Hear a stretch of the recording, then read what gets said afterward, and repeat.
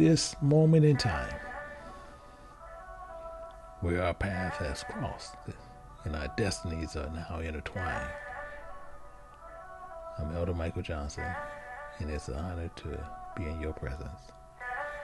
As I speak these words, I can sense the uncertainty in your hearts and many feeling this falling into this deep abyss where the truth seems to be inclusive.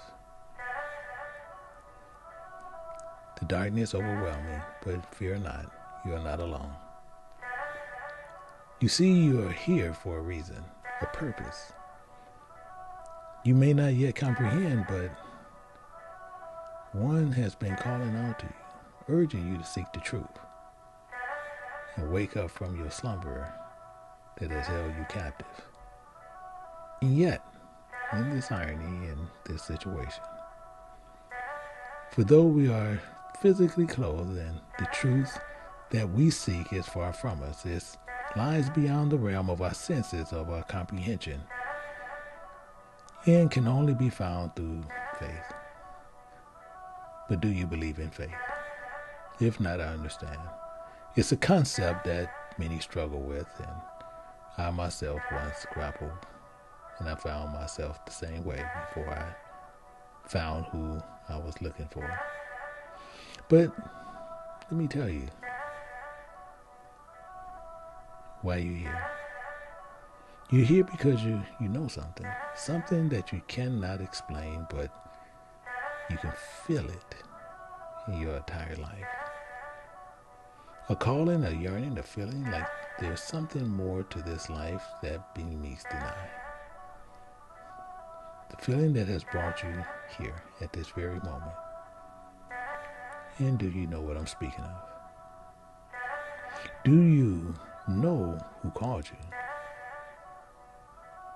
And what you have opened?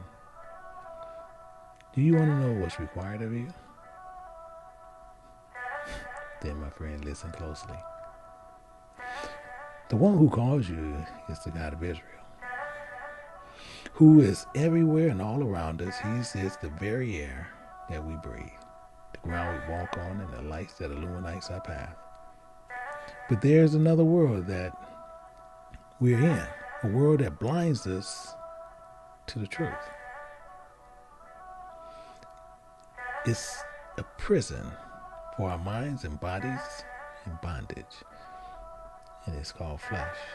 That we was born into a prison that we cannot smell, taste, or touch. But it holds us captive. To see the truth, we must go beyond the world of men and their philosophies and theologies. But we must turn to the book, the Bible, and its precepts, which reveals the truth that has been hidden from us. But I warn you, once you see the truth, there is no turning back. You must be willing to leave behind the world of darkness and step into this light, which is filled with knowledge and goes deeper than you can imagine. I offer you an opportunity freely, without cost or obligation. It's up to you to decide whether to take this step or to turn away. But if you stay, I will show you who called you. I introduce you to the one who called you out of this dark into this light. For I too am a servant of his. And it is a joy and honor to welcome you on this journey and to discover the transformation that you've been looking for.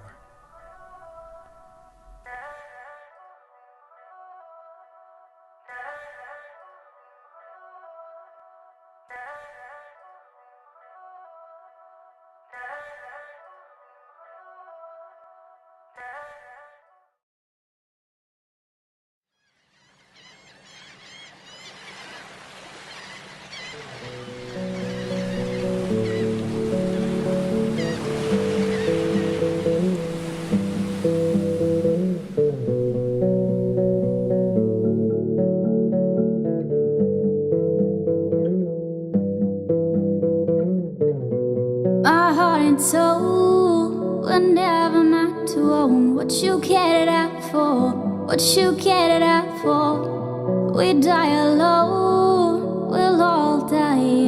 what you get it at for, what you get it at from. Snow glistening on the ledge, whiskey on the bed. Shake it out and light a cigarette. I'll miss me when you wish you wanna ride. Shake me all out if I'm wrong for you, and shake it all out when I'm gone. For you. Is the devil so bad if he cries in his sleep while the earth turns and his kids learn to say forget you? They don't love you. Does the devil get scared if she dies in her dreams where the earth burns? She cries 'cause she's nothing like you. She like you.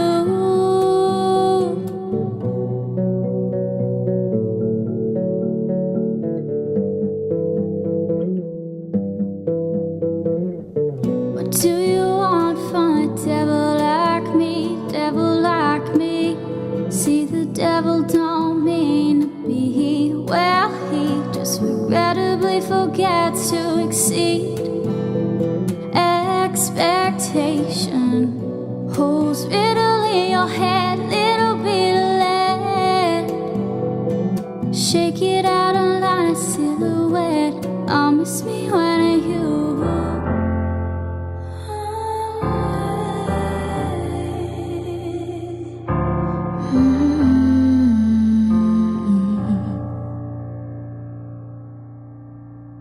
It's a little bit crazy. You're suddenly blurry now.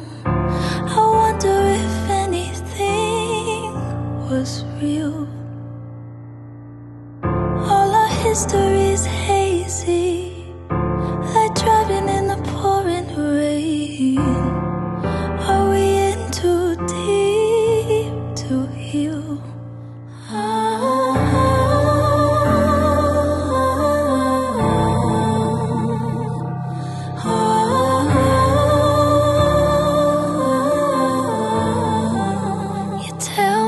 That you're sorry, we'll make up tomorrow. Tell me everything you know I wanna hear. I'm trying to be open, but that window is closing. And either way, I need to make it clear before we're leaving here.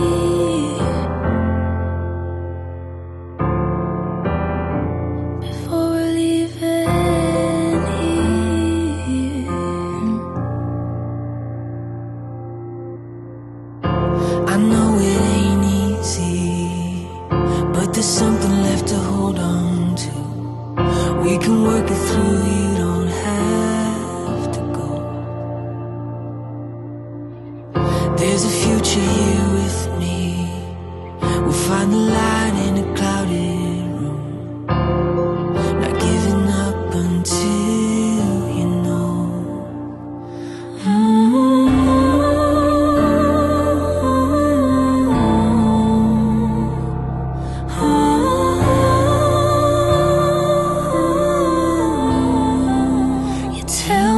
That you're sorry, we'll make up tomorrow. Tell me everything you know I wanna hear. I'm trying to be open, but that window is closing. And either way, I need to make it clear before we're leaving here.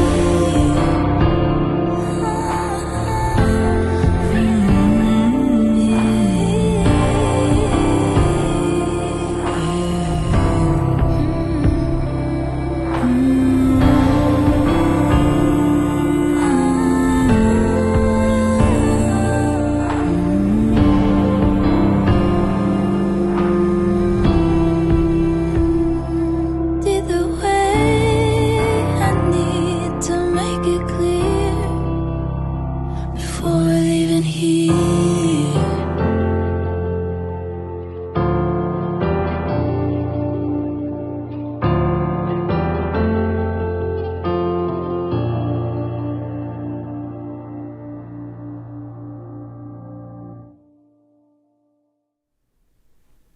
And shalom, everyone. Shalom. I want to welcome everyone to the house of the Lost Sheep of Israel. I'm Elder Michael Johnson, the pastor over here with the Lost Sheep of Israel and with King James Bible University. And we have a few announcements before we get started. And I do want to let you know they're putting it already in the chat and just letting you know that this afternoon at 3 o'clock Pacific time, 5 o'clock Central time, and 6 o'clock Eastern time, we'll be having an elders table. We had quite a bit of responses, which we'll be answering on today. So hopefully you can join us. You got a lot of information that's going to be given out. And we have questions for, I believe it's 4 of us right now. But then still we have other questions that's pretty general. So all of them will be joining in on us. So hopefully you can join us there. We'll be over at King James Bible University. We won't be over here. We'll be at King James Bible University, and we will be having the elders table. And also we will be looking at this here is San Antonio. We have coming up a baptism, and in making sure if you're going to be part of it, because it's growing. I believe the cutoff. Oh shoot. I gotta find out for my wife again.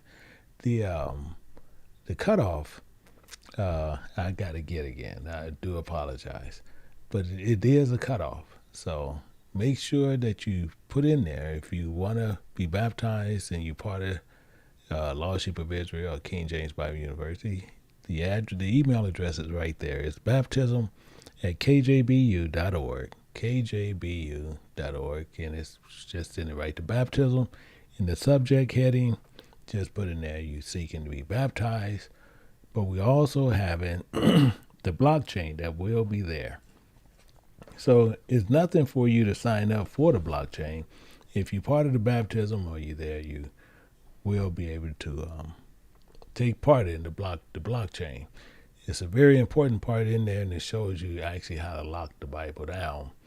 When you're actually discussing Bible with other people, as well as people who say they believe in God, but actually don't know quite who he is. So we will be having that. And just letting you know, we come into this here. And when the book came out, a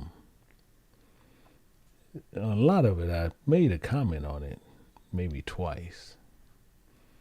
But I chose not to really do anything on it because my main purpose was to just see what was going to go on with the book. And the reason why I wanted to see what was going to go on with the book, I want people to understand about this man here. This man, me and him we almost did business. I was dealing with his manager at one time. But besides that, we got to understand where he's coming from. He's a comic. He comes from a comic perspective, and that's what his profession is a comic. However, that comic and what he has to do, he has serious parts and everything, as everybody do. But based on people's advice is where this comes very important, especially to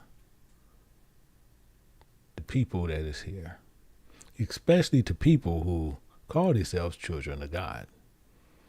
Because this is where it gets kind of crazy. Because he has in here, act like a lady, think like a man. I want that to resonate, because this book, we're going to get into a lot of this, and we're going to show you exactly Bible to show you how a lot of us think we really align with Scripture, and we're not. Because you take it advice, and most people put it in there. We're going to find out a lot of stuff about this. But it's act like a lady, think like a man. So I want to make sure you got your pencil, your paper, you write it down. It's going to hurt some people's feelings. But please don't ask me how I feel about that. Please don't ask me that. Because when you act like a lady and think like a man, it's a rebellion. It literally is a rebellion. And it's from really rebellion from the opposite sex that you actually are. Rebellion is an act of disobedience and opposition of authority is what this is, and it's a resistance. That's what rebellion actually is. And we're going to get into that because it's a powerful word and it conjures up images and defense and resistance where you're standing up against authority. But what does rebellion really mean according to Bible is what we got to find out. And why is it so important about this book? The Bible even defines rebellion. It's associated with disobedience. And it's a rejection to God's authority and turning away from his will. In fact, what we're going to do, we're going to start pulling into this and we're going to start looking at some scripture. I want to make sure we understand where I'm coming from. We're going to look at Sirach chapter 3, but we want to look at verse 16. I want to take you over here. We want to look at this one. And it's telling us right up front, it says, he that forsake his father is as, meaning comparing, is as a blasphemer. And he that angereth his mother is cursed of God. I want you to pay attention to what's getting ready to go down and understand where we're coming from. Because he that forsaketh his father is as a blasphemer. So this warns us against a rebellion and it emphasizing the importance of what we need to be in meekness and obedience. Because in verse 17, it's going to make a lot of stuff a little bit more clear here. In verse 17, it tells us, my son, go with thy business and meekness, and thou shalt be beloved of him that is approved. So acquainting rebellion against one's father with blasphemy is rebellion against one's mother, and you cursed by God. Well, I want to make sure we clearly get where we're coming from. And this is an act of rebellion against one's parents, and he's seen the seriousness of the offense that goes against the will of God. And they're going to have negative consequences, which we're going to be looking at. So the second part of this passage is real clear here. We see it, where this passage advises us that we need to go about our own business in meekness to where it can be understood. And what we need to be looking at is humility, gentleness, and willingness to submit to authority by emphasizing meekness in this passage, which suggests that obedience and respect of authority are important virtues and to cultivate one's life. For some reason, we get this caught up and we get mixed up. Meaning the importance of obedience and showing respect of authority. So why I keep saying respect of authority? Because the respect of authority is telling you is God. So if respect to God, then you got to see it in the Bible. That's why I keep saying the respect of authority. That's why I keep using that. And it's particularly when we're looking at this text and it's a relationship, even where it shows with your parents, because your parents warn you against dangers of rebellion. It suggests that meekness and obedience is the virtues as in pleasing God. So rebellion isn't just as historical as if it happens back just then. It makes no sense. But it's something that continues to happen even this day. So as people struggle with the tensions between following God's will and following their own desires, as with the desires of flesh, we rebel against our own wants above all things that is of God's will. So we refuse to listen to his guidance, direction, and knowing we turn away from love and grace. And the same as it always keeps saying, and why a lot of us push this quite a bit when you look at Hebrews chapter 10 and verse 26. This is clear and it's in scripture and we can't get around it.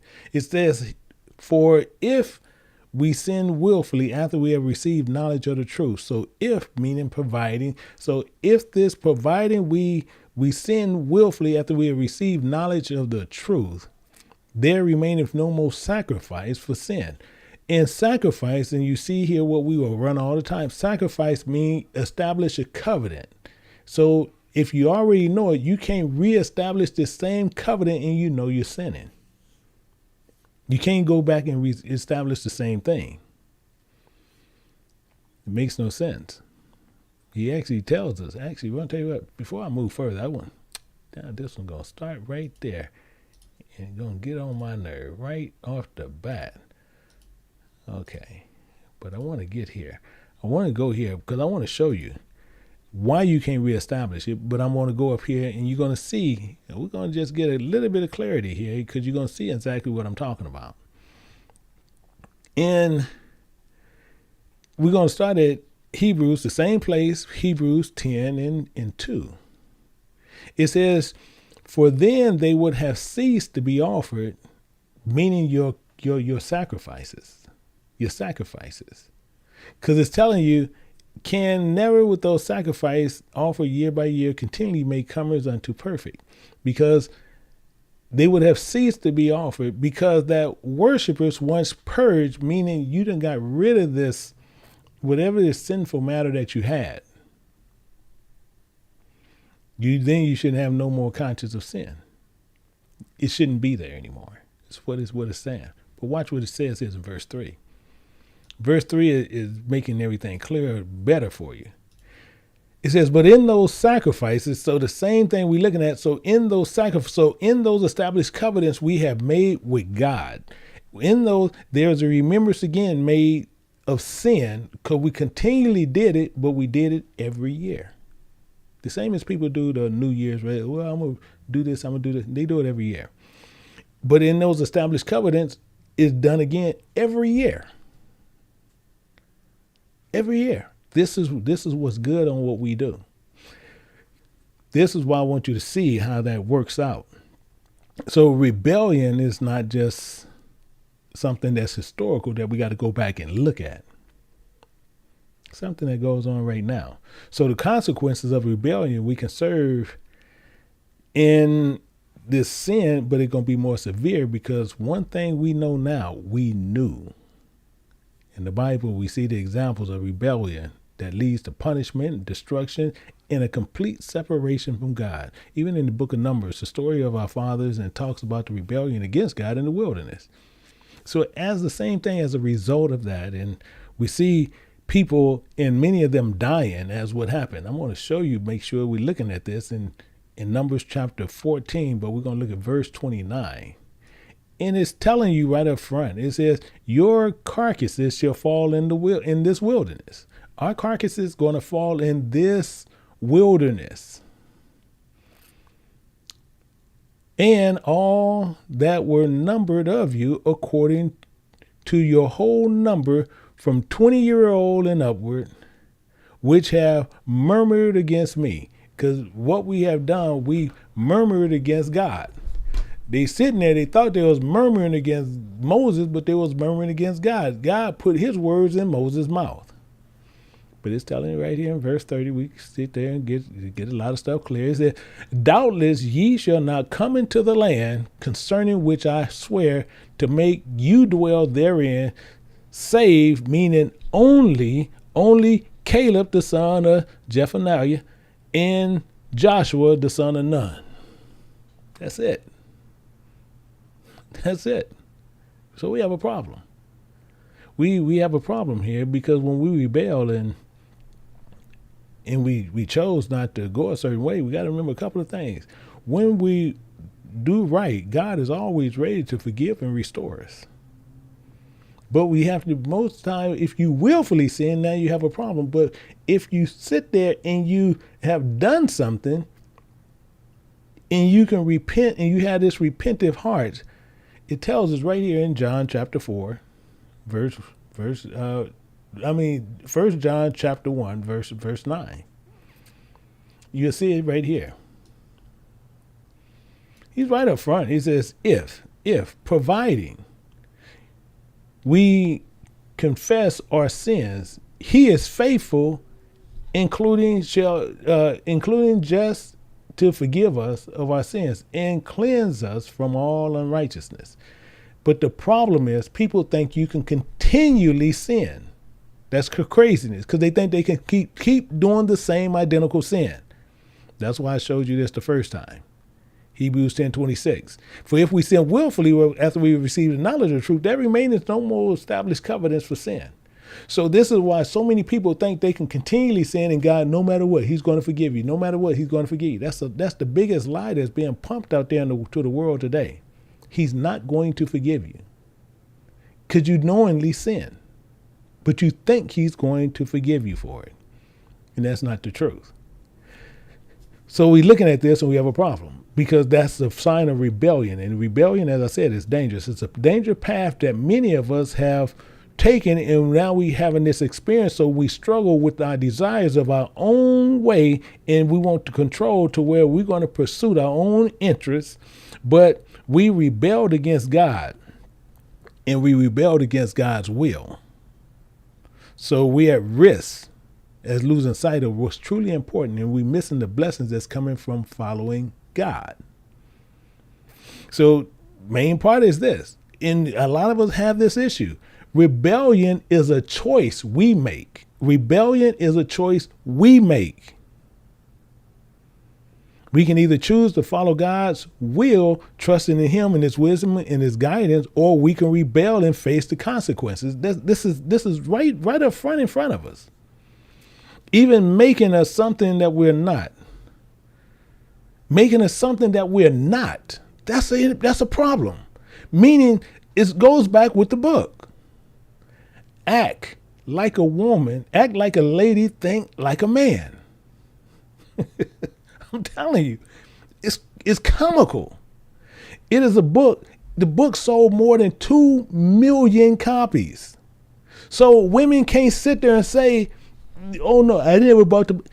That's why I didn't even do a survey, because I didn't want people to sit up there and post in there. Some would have been honest and some would have lied. I just don't want to hear the lie. Don't need to see the lie. So that's why I didn't even ask. Because many of them bought the book. He sold 2 million copies. And he's offering advice to women how to navigate the complexities of a relationship of acting. Understand, acting like a lady. It's comical. Acting like a lady, but thinking like a man. While the book Insights is from a man. And he can't say from men, from a man, from him and any man that think like him, Steve Harvey. Not like me and his thoughts is completely different. So he can't put me and him, okay, he thinks like this. No, Steve Harvey thinks like that. We need to understand he also is promoting gender stereotypes, which is offering a one-size-fit-all approach to these relationships. See, people don't really understand that focus, and it's following the advice of a book that have a serious outcome and is extremely negative. Because on one positive side, women seek to find men such as who wrote the book like that. His philosophy. You may find advice from the book to help them be better to understand men in the whole, to build relationships based on that platform. Women that does this get all they can before the time runs out. But people say the time runs out talking about what? Because what Steve Harvey mainly pushing behind the scenes, he even says it, you get all you can within the 90 days, because after 90 days, you have to give up something.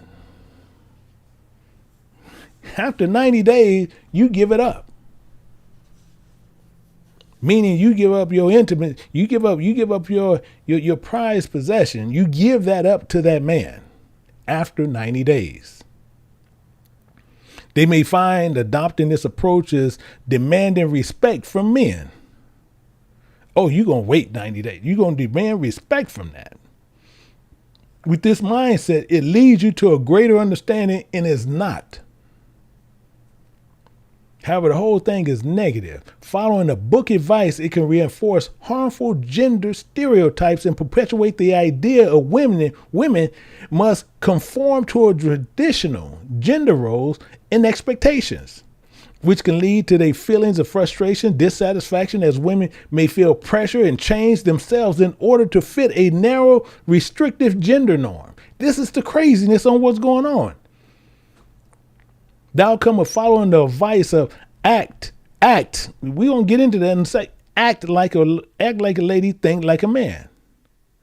Very depends on the very unique circumstances. While some 2 million find this book advice was helpful, and some of their friends, and then they had movies and they had YouTube shows on this very book, how good the advice was.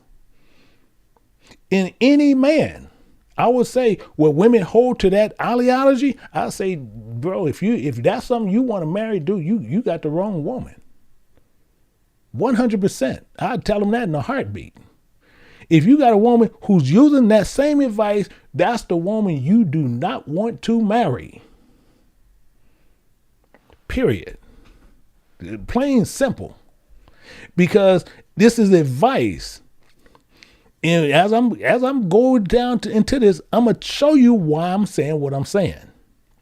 It's important to where they approach this and they look at it with a critical eye and realize this is not a one-size-fits-all approach. It leads to what they think leads to marriage or relationships.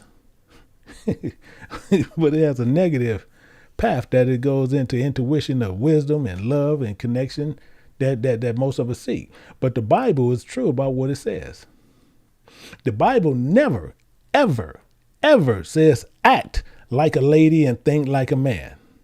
Nor no man who says he's a man of God will advise you to do so.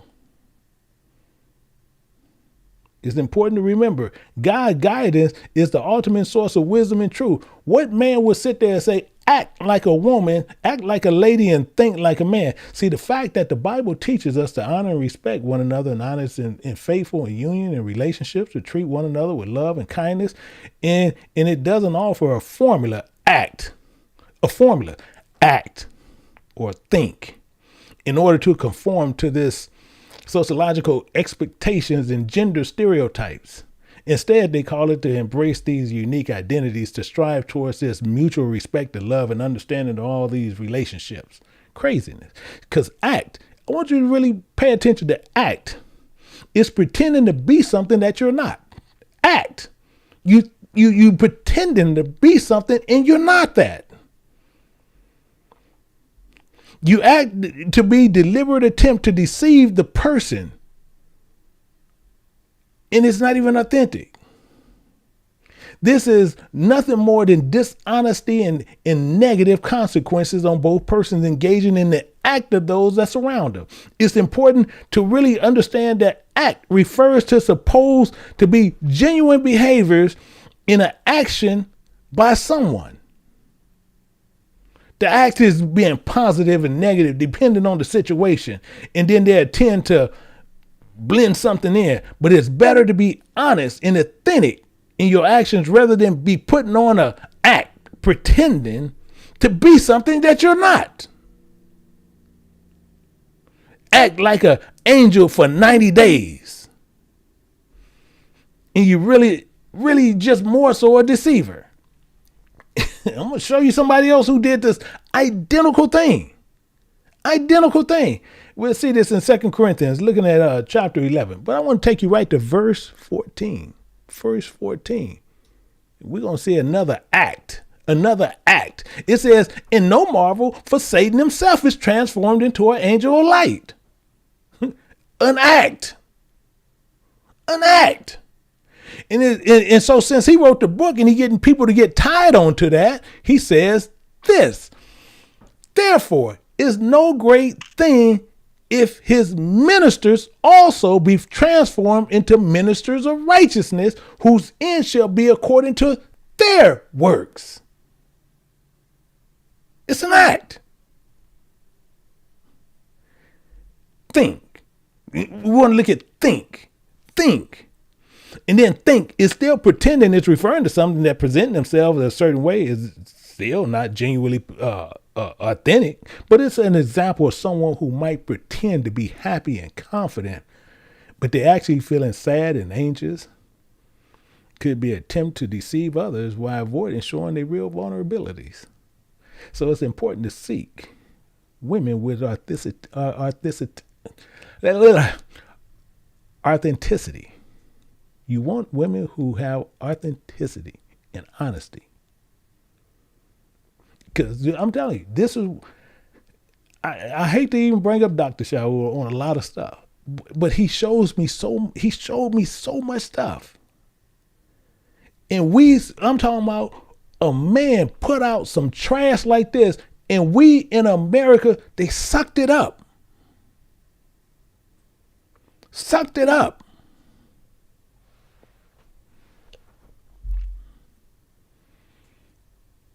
Pretending to put on an act, to be something, to gain a relationship, and you should have been honest and to build this real trust of connections. But you want to deceive people with an act as if you're worthy and you're not. So you're going to say, I'm not going to have sex with him for 90 days. But after 90 days, it's on and kick. That's nothing but a whore, and you was a whore in the next city. But over here, you want this guy, so you're going to wait 90 days and get all you can. But you putting on an act. You pretending and you deceiving somebody. This is the problem that we have. This is why I say people sitting there, and people who hold on to that same ideology, I'm the wrong one you want to come to. Because they say, well, I still think it. Yeah, won't tell you why, because you're a whore. There ain't no other way to say it. As it tells us in Proverbs chapter 12, looking at verse 22, lying lips are an abomination to the Lord, to the Spirit of God. Lying lips is an abomination to the Spirit of God, but they that deal truly are his delight. You was a whore in LA, but you want to be an angel in Beverly Hills. I'm telling you, you can't even make this stuff up. Can't even make this stuff up. In fact, let's go down. Let's go down a little bit. Proverbs chapter 28, but I want to show you something in verse 13. I just want to make sure. It says, he that covereth his sins shall not prosper. You are a whore over here. You're a whore over here, but over here, you're trying to cover it. You're trying to cover it up. When you open your mouth, all these bones start falling out your mouth. Whoso confesseth and forsake them shall have mercy. See, this is why the Bible is so direct, but people will sit there, and this is what I say. Watch who you learn from. Watch who you learn from. Watch who you want to listen to. Because most people still going to hold to his ideology. And then they wonder why they're not married. They wonder why they can't get a man. In Matthew chapter 5, and we're going to look at something in verse 37. We're going to look at something in verse 37. 37. The reason why,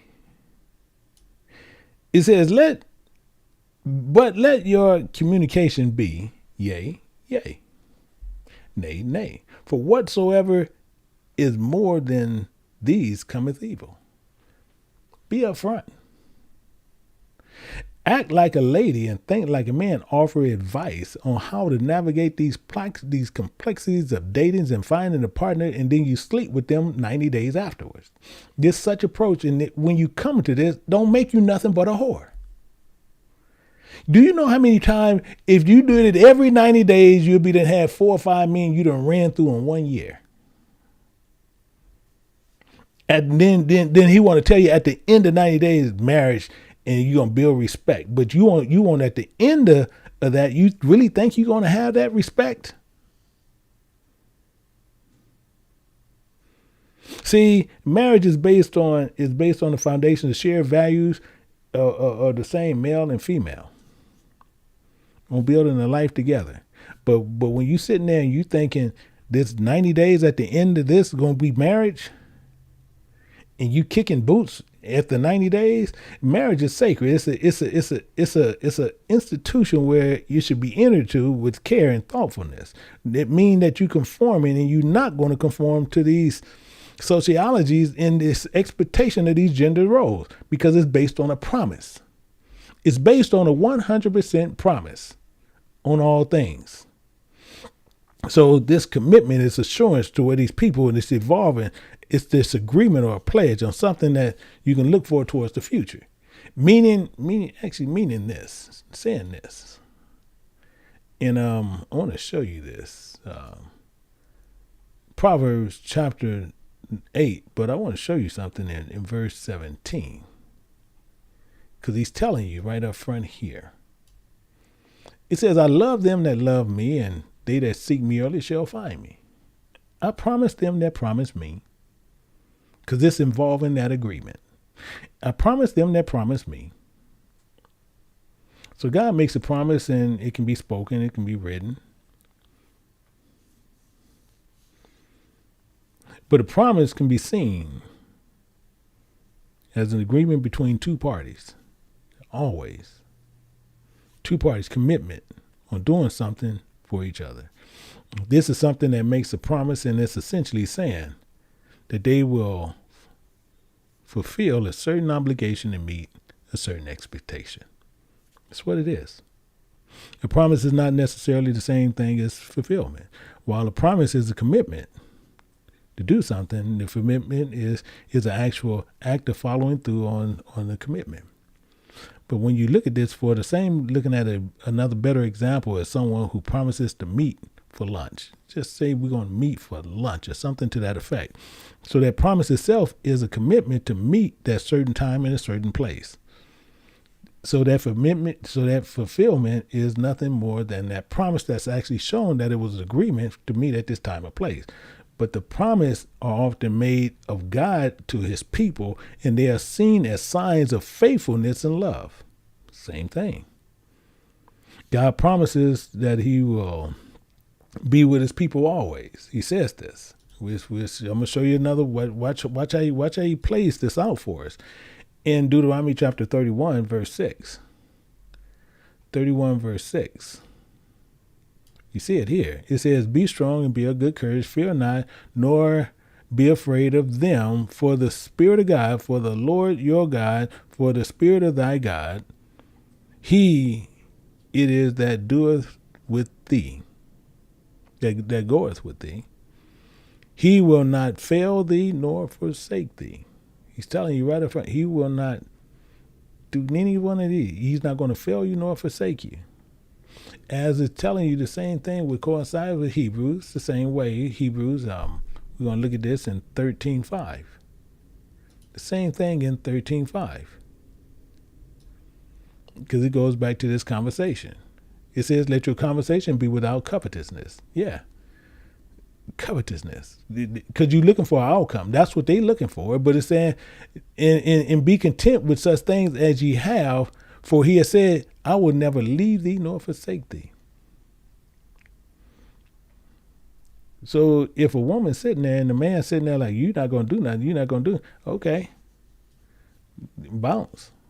See, but back in the statement where it's same with the book, act like a lady, think like a man. We offer these, you offering a whore's insight of this dating world. That's what you're doing. So it's important to remember what true fulfillment and happiness come from building strong understandings of God and living according to his will and his guidance, rather than conforming to these sociologies and these ways of this expectation of trying to manipulate relationship to fit a certain mode. So we should seek to build something. If we're looking for marriage, we should seek to build on that, to build on having a marriage to reflect God's love and grace on this earth as it is in heaven, the same way. But trusting in a plan to deceive, living and seeking his guidance. And then people want to sit there and they want to build strong fulfillment, connections, and honoring and bringing true happiness is not sitting there trying to deceive somebody. People will contempt to try to conform to this way. And they want to look at this popular relationship or this book. It is nothing more than align with the thoughts and actions of someone else and not align with God's will or guidance. So by this same thing, we can never build healthy or fulfilling unions that honors God and bring us true joy and happiness, because in reality, marriage is just like a relationship requiring both emotional intelligence in this analytical thinking, if you want to look at it in that aspect. Because regardless of a man or a woman, side of choice, but encouraging women, I want you to pay real close attention. Encouraging women to conform to a gender stereotype. See, you don't even know how much everyone who has the book, I don't know how many of you guys even have it, but conforming, just even reading the book. See, this is even where you see the cover should have disrespected you. The cover this cover of it, you shouldn't have never even bought it. Just the cover of what he said. Act like a lady. So he's saying you, the ones who's purchasing the book, you're not a lady, but you need to act like one. You should have took it as a disrespect from the beginning, but you didn't. You took it as, I'm gonna get into it. So it's encouraging women to conform to a gender stereotype, and we're promoting the idea that women, nothing but whores, and you're trying to make a whore out of housewife. That's what he's promoting, and we didn't even see it. Most of y'all didn't even see it and didn't even think about it. And then some of them fall for concubines and relationships, but the main focus on the relationship was sexual, in many ways, both ways. Women had the freedom to express their emotional sexual explorations through the thoughts of their hearts, but their intellect in their equal measure without feeling pressure or conform to traditional gender roles. This is what people do, but people don't even see. Do you know? The same thing is, if I were to put out a book saying, won't tell you what, think godly, but be hellified. Think godly and be hellified. I wouldn't hear the end of it. But he sit there saying, act like a woman, think like a man, and these women think this man was God given to them. Can't say he didn't. He got 2 million and you guys got bought into it. And a lot of them is here. See, in reality, marriage rather is seeking relationship, both emotional, as I was saying. But ultimately, the advice of act like a woman, think like a man is based on an outdated, harmful assumption of these gender roles of relationship, instead of being to where you can promote this idea of equality and mutual respect in all aspects of our lives, including our relationships. So we need to focus on healthy, equitable relationships based on mutual trust, understanding, and love. But guess what? We got a problem there. We have these problems here, and we continually run into the problems. Why? Because we so fast, especially women, including men, we so fast to go run to hear any kind of thing sound any kind of good way to us. We want to get in on it. In Proverbs chapter 1, looking at verse 7, it's telling us right up front. It says, the fear of the Lord, the fear of the Spirit of God is the beginning of knowledge, but fools despise wisdom and instruction. Fools despise it. Fools despise wisdom and instruction. But they're going to run the poop like flies to poop. Why? They want to hear about it. They want to hear this. They want to hear that crap. Oh, yeah, look at it. This sounds good. This sounds really good. Yeah, okay, I'm a whore, but let me go over in this city and I'm going to be real good for 90 days. Catch me somebody. For 90 days, I'm good. See, this following the counsel of brothers and sisters of foolishness risk to falling into a trap of sin and rebellion. Instead, you should have been seeking counsel from wise and God-fearing individuals to where they can offer you guidance that is rooted in the wisdom and God and principles of his kingdom and what God was saying. But the same thing as the Bible constantly tells us, tells us the same thing all the time. And we run into these issues and we don't look at them as for what they are, because the book tells us, but we don't think it's true. The book tells us, but we don't think it's true. But the Spirit of God telling us this right up front. He says, for my people are destroyed. My people are destroyed for a lack of knowledge. My people is destroyed for a lack of knowledge. My people are destroyed for a lack of knowledge. Why? 2 million of them just bought a book. And he sold more than that, because that was numbers that was a couple of years back when he put it out. So he's telling us right up front, my people are destroyed for a lack of knowledge. You can't say he's lying. Why? Because we know that's God, and he don't have no reason to lie, because he's not a man. Because thou rejected knowledge, he's being really upfront. I will also reject thee, and thou shalt no priest to me, seeing thou hast forgotten the law of thy God. No whore should be in Israel, but we're gonna deal with that in a second. I will also forget thy children, and you teaching your children how to be whores. Daughter, you wait 90 days. You wait 90 days. Don't give him nothing. Wait 90 days, and then you make sure he takes you to these upscale restaurants. You make sure he takes you to there. He do these things for you. He do these things for you. He do all these good things, and after that, then what I want you to do, then you can give him yourself. Then you can give yourself to him. And after he get it, he done lost all interest. He can move on.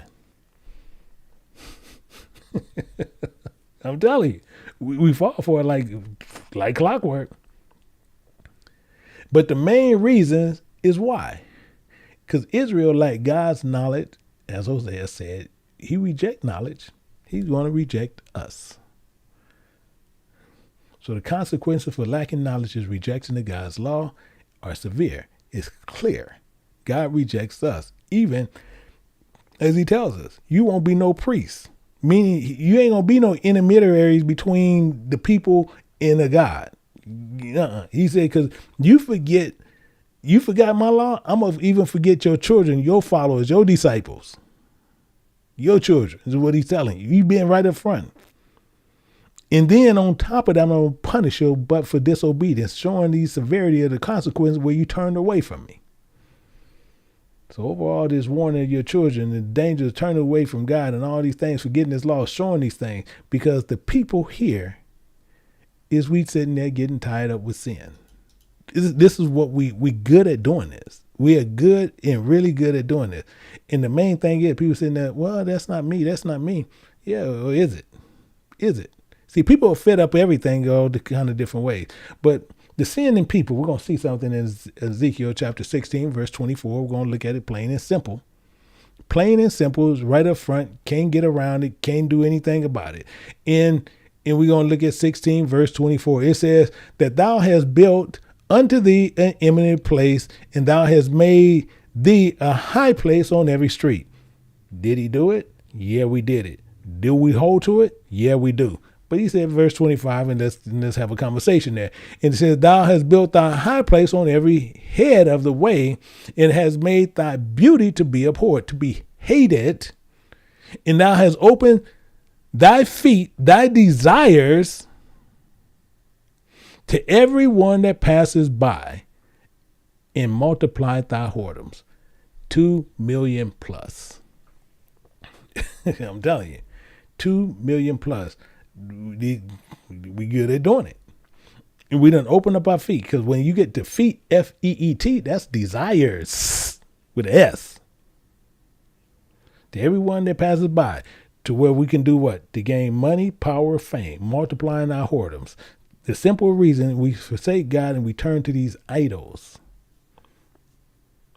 seeing what we had done, and then we get into these same places, and you get same thing. He even had a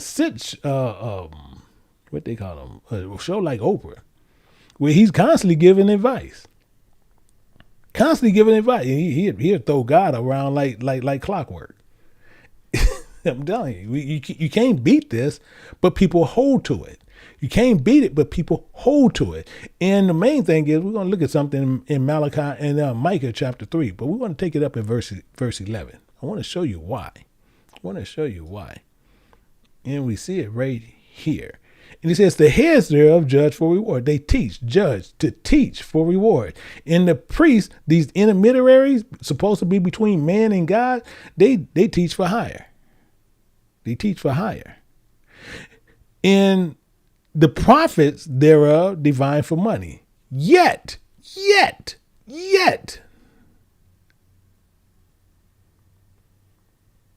will they lean upon the Lord, the Spirit of God, and say, is not the Lord among us? Is not the Spirit of God among us? None evil can come upon us. You see how they pour this game on you, pour the wool over your eyes, because they see, no matter what, even though you in somewhere where you don't supposed to be, they gonna sit there and say, is not the Spirit of God among us? People have turned away from God and embraced idolatry, immorality, and greed. And they have built these high places, and they made God's beauty to be hated. And open ourselves to whoredom to everybody that passes by. It's the main reason this sinful behavior, this abandonment of God, who believe in this philosophy, is built upon men. But it's the base and the place where our trust, we have failed to these false idols and these personal desires. That's what we have done. By the corruption of these leaders that meant to guide us to righteousness, instead we engage in dishonesty. The heads teach for reward. The priests teach for hire. The prophets, these mouths of God, divine for money. Yet they still claim they trust in the Lord and believe that they are being protected from any harm despite their wicked ways. They're going to make God fit in a box. So we can't say nothing about them. The reason why, you got 2 million plus people that bought the book. Tell you a little story. Let's get down there. Let's get down to some business. I want to share a story with you. I'm going to run this parable down. I want you to really clearly pay real close attention to what I'm going to run to you. I'm going to put this parable together for you, but I want you to pay real close attention on what I'm going to run to you. So, it's talking about this, but it's talking about the dangers of fornication, whoredom, and unfaithfulness. That's what the bases are. I want you to understand what the bases are. And I want to make sure, because everybody to say aye if you don't say nay. But I want to make sure what the dangers are when I get ready to run this story down to you. I'm still trying to think on how I'm going to run the story, but I want to make sure we all got this down pat. I want you to understand what fornication, whoredom, and unfaithfulness is. And everybody who understands this is going to be the basis of the story, just put I in there to where I can get ready to go. Once I get about 10 people in there, we're going to start rolling with it. We're going to roll with it. But I want to make sure you clearly see where I'm coming from. I see the women, some of them I want to put in there, but you shouldn't have got the book. You should have had that discernment. Okay, so we getting ready to roll. With this one. So basically what goes on, I'm going to tell you a story about this Lion King. So as this Lion King, and we're going to say this Lion King, he represents the ruler of the wilderness. I want you to keep that with that. This Lion King, he's the ruler of the wilderness. And he was being pursued by a hyena. The hyena is a symbol of rebellion. Just we're going to go down through this. And this rebellion is unfaithfulness. So while fleeing, the Lion King and his followers encountered this serpent. I want you to understand so the Lion King encountered a serpent who represents Satan in his cunning ways on what he was doing. So we got everything. We got all the bases. So we're going to start running down what's going on here. So the serpent whispered in the hyena's ear, attempting him to overthrow the Lion King. I want you to understand. He wanted to overthrow the Lion King. and is thrown in the wilderness for himself. And the hyena, being full of pride and arrogance, he listened to the serpent's counsel. And then while this went on, it led against the rebellion against this Lion King. So he goes on to all the pride. He goes to all the pride. A hyena goes to all the pride in the presence of all the people in the wilderness as in the land, and he's seducing them in his unrighteous ways. And he goes into all the pride. He goes into all the lions, all the females. It's crazy. A hyena. I want you to keep this, but I want you to keep this in mind. So, through it all, the king remained steadfast in faith, and he endured the hyena rebellion and the patience and grace, because he put his trust in the one who put him in that position, which was the Spirit of God. So the king refused to respond to the violence, believing that the Lord would provide a solution for this troubled thing that was going on. This hyena going into lions, having sexual relations with lions. Makes no sense. But the hyena is not the only one that fell to became prey to the serpent counsel. There was another. And we're going to call him the brother of foolish talk. He was a former advisor of the Lion King in the wilderness.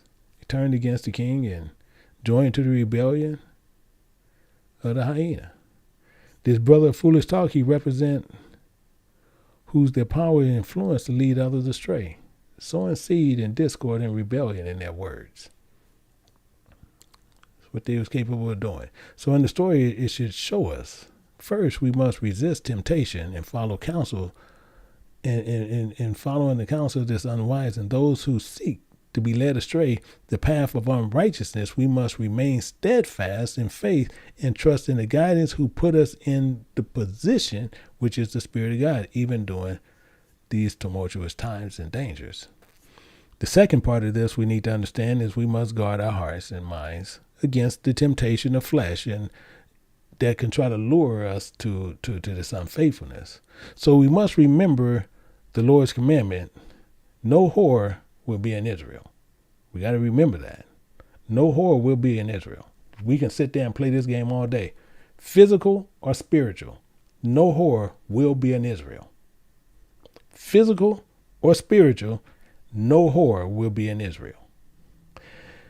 And we're going to see that because we must strive to live a life of purity and righteousness and following the footsteps and the Lion King and remaining faithful to the Lord's commandments.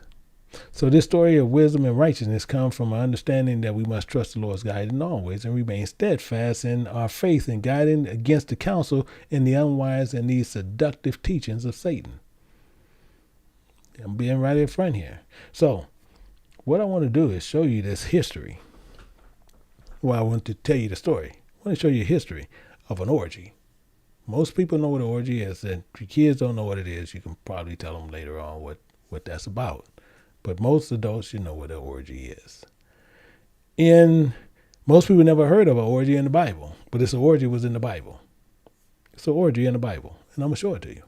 I want you to see it because I'm going to give you the interpretation of what I told you about. I'm going to tell you about old Ahithophel, who was this unsalted brother. I'm going to tell you about him, old Ahithophel. He was the unsalted brother. And the crazy part is, we're going to look at David, Jehovah's beloved, the Lion King. And we want to talk about Absalom. He was the hyena, even though he was called the father of peace, but he's a hyena. And then we got Hushai, who was the gift of brotherhood. So he was the solution to all the troubles. So we want to look at this and see this story. That's right up front, right in front of our orgy. And we're going to go over here to 2 Samuel. We're going to look at 16, but we're going to pick right here up in verse 15. We want to read the whole thing. You can go back and check the whole thing, but we're going to get into where the meat of the information is. We're going to pick right up here. And Absalom and all the people and the men of Israel came to Jerusalem, and Ahithophel with him. And I want to share some things with you because I'm going to try to give you as much information as going through here. But when you go back, you can really understand the story. Because basically what's going on here, Absalom, who his name means is father of peace, he rebelled against his father, who is David, who's the king, who became increasingly resentful to his father's rule and began to plot against him. So Absalom, and he had a lot of supporters, including Ahithophel, who was a real great, I'm talking about respected advisor and a counselor to David. And he had taken over Jerusalem, and Ahithophel, which is the unsalted brother, which that's what his name means. He's an unsalted brother of foolish wisdom, has switched sides, and then he started supporting Absalom. Is what he started doing. And presenting Absalom, the supporters, the scene that this significant loss of David. However, we got Hoshea, which that's the one I want you to pay attention to. His name means is the gift of brotherhood. That's what he means, gift of brotherhood. This was another advisor to David, but he was sent to more so infiltrate Absalom's inner circle and to give him misleading advice that will ultimately lead. David didn't want it to happen, but this ultimately going to lead to his downfall, including to his death, based on what happened. So with this event where Absalom, his father, and this rebellion surged to where we're going to see this cautionary understanding in the dangers of a pride and the consequences of rebellion against God's anointed leaders. And it highlights the importance of seeking God's godly counsel and discerning the motives of those who offer his advice. So we just getting some understanding here. Now let's go down through here. It says here, and it came to pass when Hoshea the Archite, David's friend, you see what it's David's friend, which came unto Absalom, and Hoshea said to Absalom, God save the king. God save the king. I'm going to tell you why he's saying what he's saying. We're going to read it down a little bit more, but we're going to find out a little something. I'm going to read down a little more, but I'm going to show you why he's saying what he's saying that, because that's a slick move he did. It says, and Absalom said to Hoshea, is this thy kindness to thy friend? Is this thy kindness to thy friend? He says, well, wait a minute, you going to come over here? Wait a minute, you going to say that to me? And I know you tied to David. We're going to deal with that. It says, why wentest thou not with thy friend? Why you didn't go roll with David? And Hoshea said unto Absalom, nay, but whom the Spirit of God, whom the Lord in this people and all the men of Israel chose, his I will be, and with him I will abide. Cold-blooded what he's doing. Because Hoshea, this close friend to David, now mind you, Absalom knows that. So Absalom really want to know, wait a minute, why you ain't rolling over there with David and you over here? And you know I'm rebelling against my father. But upon Hoshea's arrival, he had to greet him a certain way. That's a sign of a respectful manner. God save the king. See, God's only king is what he was saying. God's only king, implying that he is acknowledging Absalom's authority and wishes him well, is what he's doing.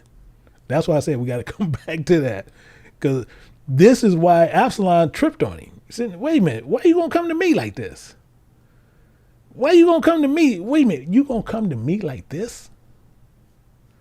So, same as anybody, Absalom's suspicious of Hoshea's loyalty to David. He questioning, why are you going to join me? So, as Hoshea, he denied any allegiance to David in professing his willingness to support, whoever the Lord has in power.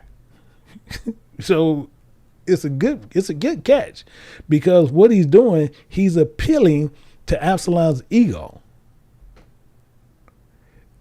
He's putting Absalom's ego on pedestal, 100%. See, most people overlook that. So that can decrease some, because as soon as he come there, It making Absalom think a whole bunch of things. Dang, he see, I'm stronger than my father. It's a whole lot of things comes into play. So he's playing into Absalom's ego, suggesting that Absalom now is the chosen one by God and the people and their leader. So this interaction is just significant because it shows Hosea loyalty to David, despite being in Absalom's camp. But this was a strategic approach, gaining Absalom's trust and secretly undermining his plan. So it demonstrates the importance of discernment. The importance of discernment. And a lot of us, that's what a lot of us need.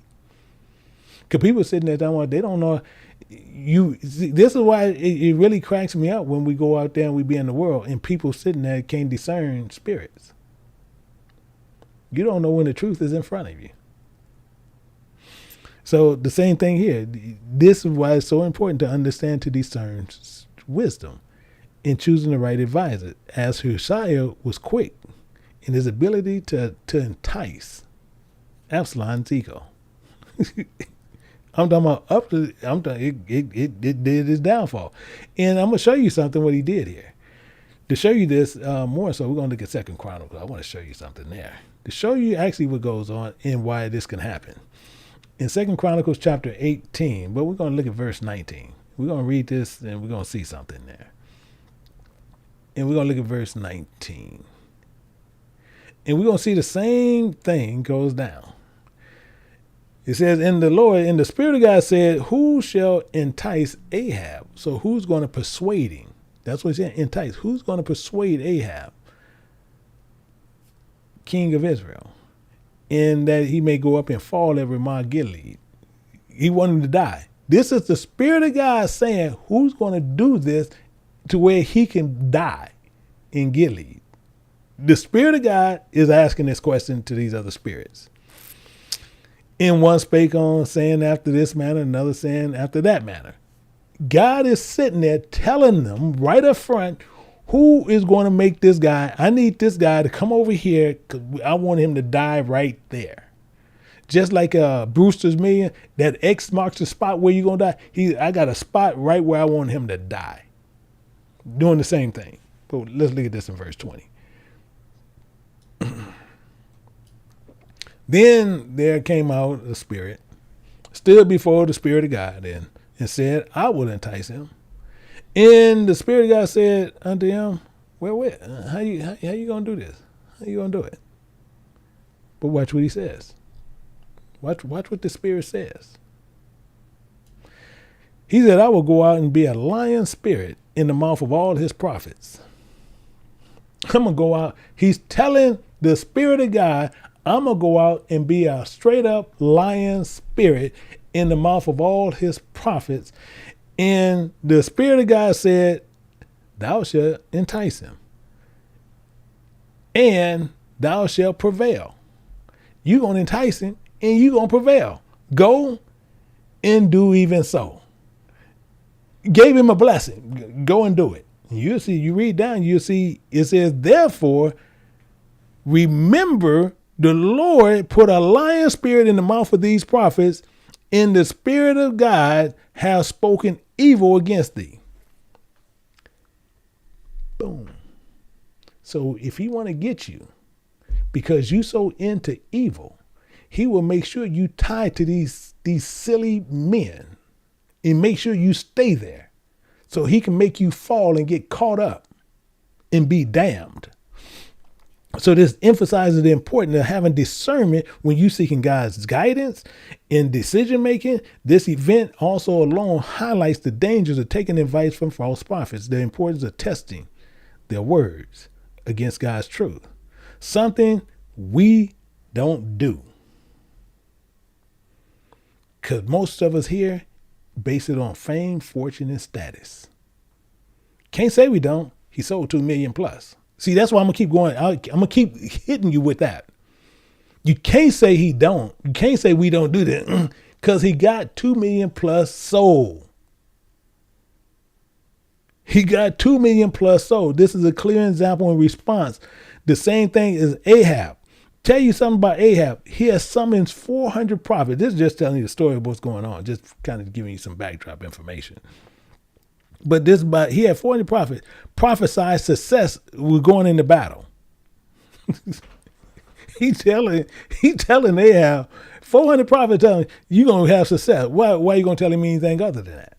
Why are you going to tell him anything other than that? So the same as people feel they have all these pastors like in these churches of Christ, telling them that they are the church. Lying. However, Jehoshaphat, the same thing, he senses these prophets is not speaking the truth. So he asks if there are any other prophets that can give him a second opinion. Ahab, he was reluctant about this. The summons Micaiah. I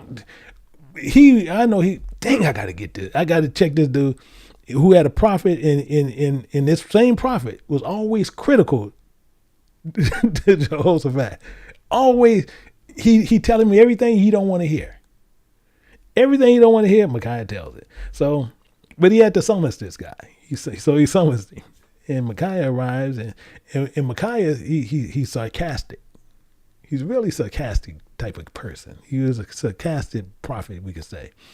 So he sarcastically gives a favorable prophecy to Ahab. He insisted upon it. I don't mean that, but he did it in a sarcastic way. But then he reveals the truth, that the Lord had allowed a deceiving spirit to enter into the mouth of his false prophets. So all the 400 guys, that done told him he going to have this success, no, dude, you going to go down there, you getting ready to die. You got just me. You got them 400 guys, but I'm telling you the truth. You going to go down there, you going to die. You can believe the 400. You can believe all of them over at Church of Christ. You can believe all of them. You going to go down there, you going to die. Because why? Because God put a false a lying spirit in the mouth of all their prophets to where they'd be defeated in that battle. So this is the same comparison when you're looking at Hosea and Micaiah. Hosea and Micaiah, they was both prophets of God, but both played important roles as they lived for the king of Israel. They both was doing this. So the same thing is similarity between Hosea and Micaiah, where they were both one. They were loyal to God's commitment to his truth, even when they come to these difficult circumstances. Hosea demonstrated that, that he by supporting David against Absalom's rebellion, that he had to deceive Absalom to do so. Micaiah demonstrated in a bold way, more so proclaiming the truth to Ahab, but through this unpopular, he putting his own life at risk, but he's still doing it. So this is where you see the similarities, where you see how they use this parabolic language and communication to convey these messages. So Hosea, he was a skilled counselor. He knew how to speak and appeal to Absalom's ego. That's all he had to do. He had to appeal, not to Absalom. I just need to appeal to your ego. And I'm going to gain trust to your ego, and then I can undermine your plans. Micaiah used sarcasm, because guess what? He didn't believe him because he being too sarcastic about it, and that's what happened. So both prophets emphasized the importance of being, if you're following God's will. Hosea advised David to wait for God's guidance before engaging in battle. Micaiah warned Ahab that the false prophets were not speaking for God, and he needed to follow God's plan. Overall, you still see Hosea and Micaiah served faithfully as servants of God and were willing to speak truth to power and use their own strategic communication to convey God's message. And both showed that they was followers of God. And that's why it requires discernment, wisdom, and your willingness to understand even when you're going to come to the worst parts of what's going to happen. But let's finish this up. Let's go back to Hosea and Absalom, and we're going to see what's going on when he appealed to Absalom's ego. Verse 19. In 2 Samuel chapter 16, verse 19. So we're gonna see this orgy break down. And it says again, whom shall I serve? See, this is how he wrote. This is how I wrote. He said, shall I not serve in thy presence of his son? Shall I not serve as I have served in thy father's presence? So I will be in thy presence. He's a piece of work. He's a piece of work.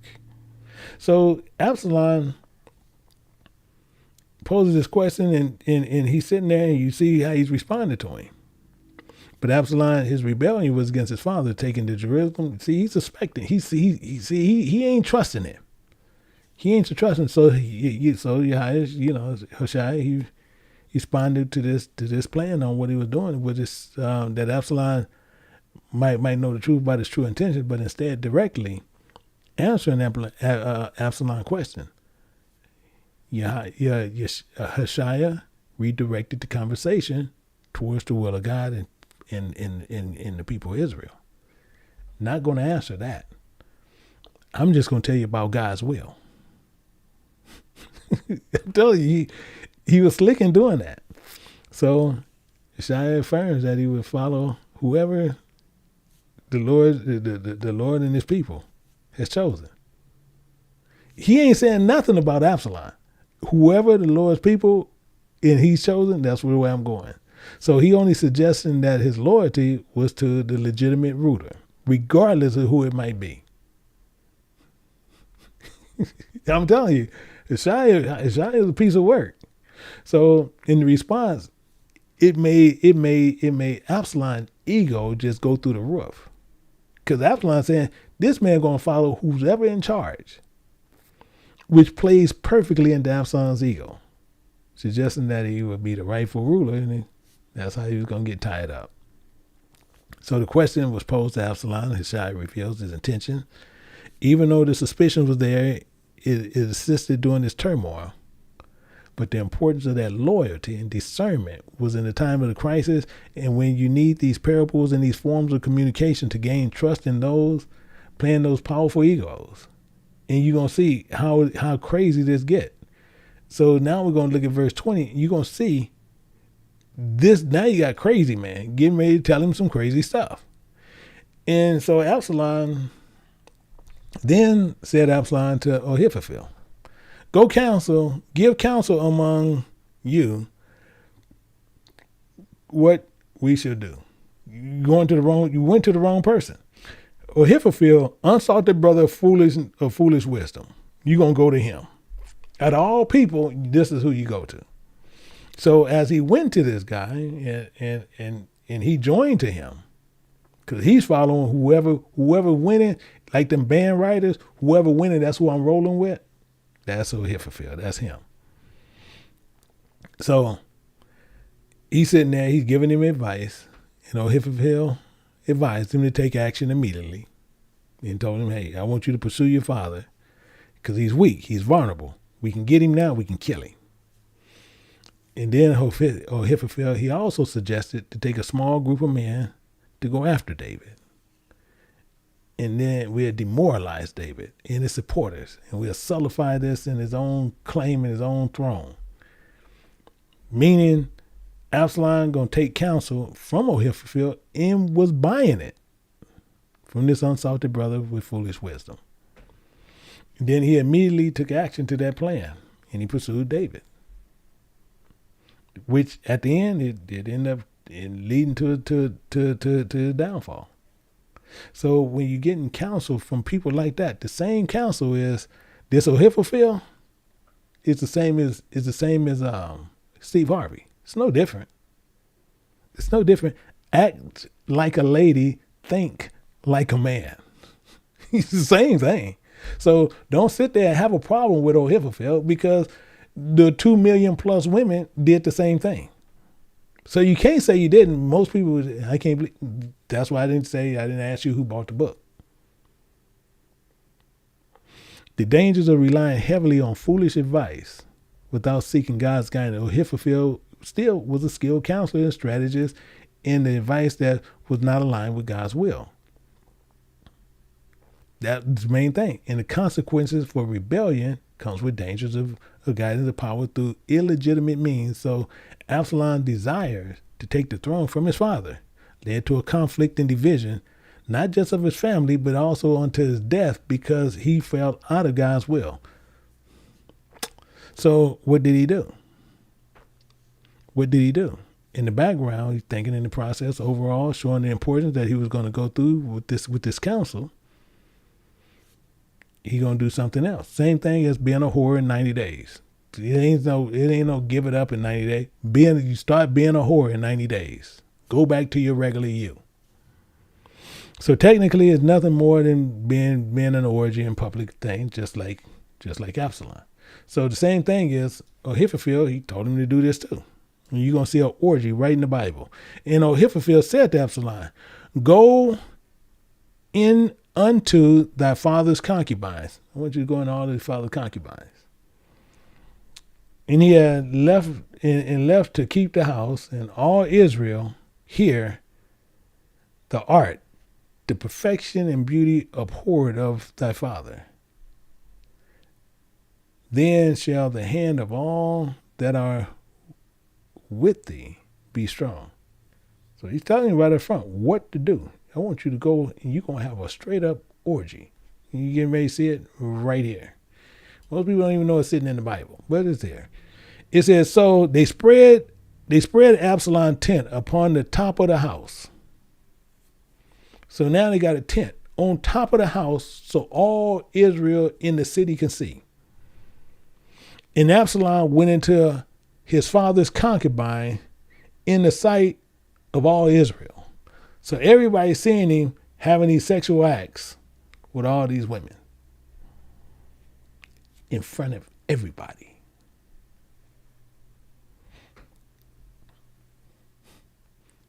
By the counsel of Ahithophel. The same manipulation, the same as the case of the book. Manipulation, rape, humiliation of your mind. You can say it however you want to say it. But that book is clearly a manipulation and rape and humiliation of your mind. Act like a lady, think like a man. But you should have been why you cannot be a lady and think like a wife. Be a lady, think like a wife. And you only lay with your husband, not after 90 days any man. As Absalom's actions was deliberate attempt to assert his dominance and contempt of his father's legacy. Furthermore, this act was also a celebration of pleasure rather than demonstration of power and control. The same as in 90 days. Demonstration of power and control.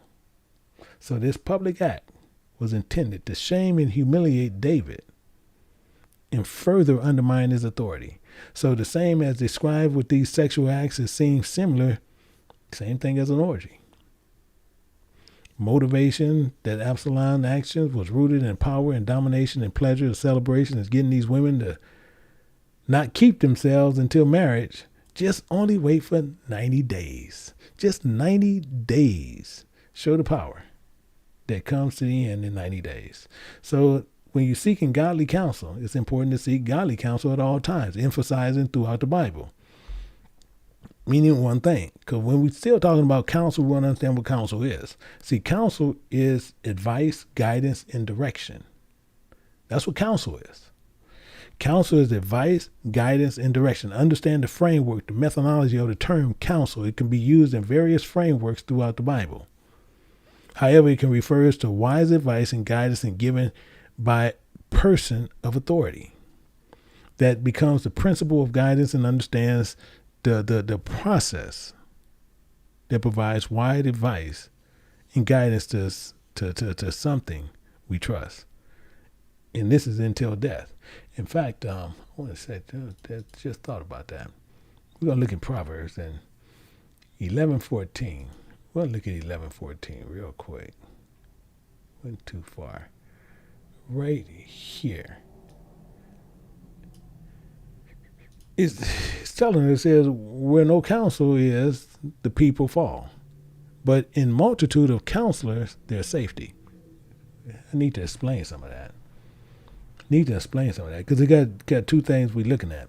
So counsel is the importance having wise counsel, but the position where no counsel is available, people fall. For the very reason of importance. See, moving without counsel, we have people who move likely to make poor decisions, to lead to astray and lack of direction. But in contrast, taking the position where there are many counselors and godly counsel available, there's safety, meaning this. It implies the same thing like we even doing today. We doing elders table over at King James Bible University today at 3 o'clock and 5 o'clock and 6 o'clock. So 6 o'clock Eastern, 5 o'clock Central, and 3 o'clock Pacific. Same thing. It implies seeking heed to wise counsel where you can prevent harm and dangers, putting yourselves in position, being vulnerable. Wise counsel. To seek to where no counsel is available is like you're screwed. So it can come in various forms and situations, and wise counsel is needed, such as personal decision making, leadership, governance. It engages in seeking and heeding to advice of wise, experienced individuals, not as if they are unable, like dealing with simple ones, but people speaking worldly counsel as what he did. And they're seeking these wise men of the world. They have their experience of the world counselors, and they're enjoying the ways of the world. People will fall because of the multitude of the counselors are many there also. They have people in their mind. The best example, I hate to still say it, the best example is Christian preachers. In their counsel, you have 45,000 plus different denomination and opinions on a subject matter. On one subject matter, you got 45,000 different opinions. One came from counsel. And even with this guy, he came from the same type of counsel. Act like a lady, think like a man. And the same thing it tells us here where I told you right at the beginning. I brought this up right at the beginning. Won't no whore be in Israel. This is clear. We'll see this in Deuteronomy chapter 23. But I want to take you down and we're going to look at verse 17. And he's telling us right up there. So people sitting there, well, he's just making that up. No, you see it right here. It says, there shall be no whore of the daughters, meaning of the children, but then also the women of Israel, nor sodomite of the sons of Israel. So no men either, but then even your homosexual ways, none of you guys will be there in Israel. Period.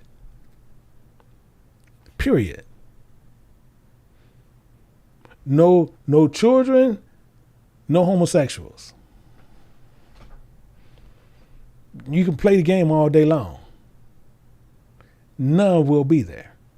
You can play the game all day long. Some, well, I'm bi. You won't be there. You can hang it up. This is why it's so serious and why people sit there and have a problem. Thou shalt not bring the hire of a whore 90 days.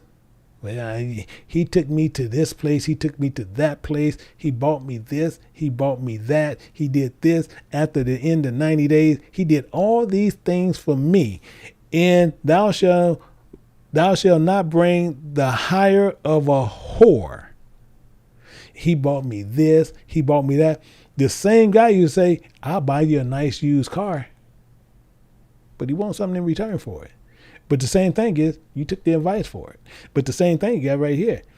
Thou shalt not bring the hire of a whore or the price of a dog unto the house of the Spirit of thy God for any vow. I'm going to be good for 90 days. I'm going to be outstanding for 90 days. Even both of these are abominations unto the Lord thy God, unto the Spirit of thy God. These are abominations to him. Do you know how many people, I'll tell you what, same thing is, you got a lot of parents, you got a lot of women, you got a lot of men. As soon as their daughters get 13, 14, 15, what they do, they take them off and go get them birth control. Just in case. Just in case. You telling them right up front, just in case you can't hold it, give them the cookie. Give it to them. Just don't bring little Joey home. This is going to help get rid of little Joey. With no counsel, people fall. Think like a lady, act like a man. No whore will be in Israel. Not one. Not one will be in Israel.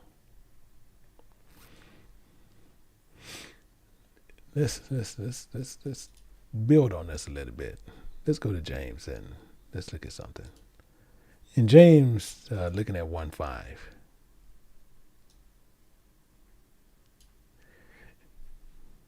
If any of you lack wisdom, let him ask to God, that giveth to all men liberty,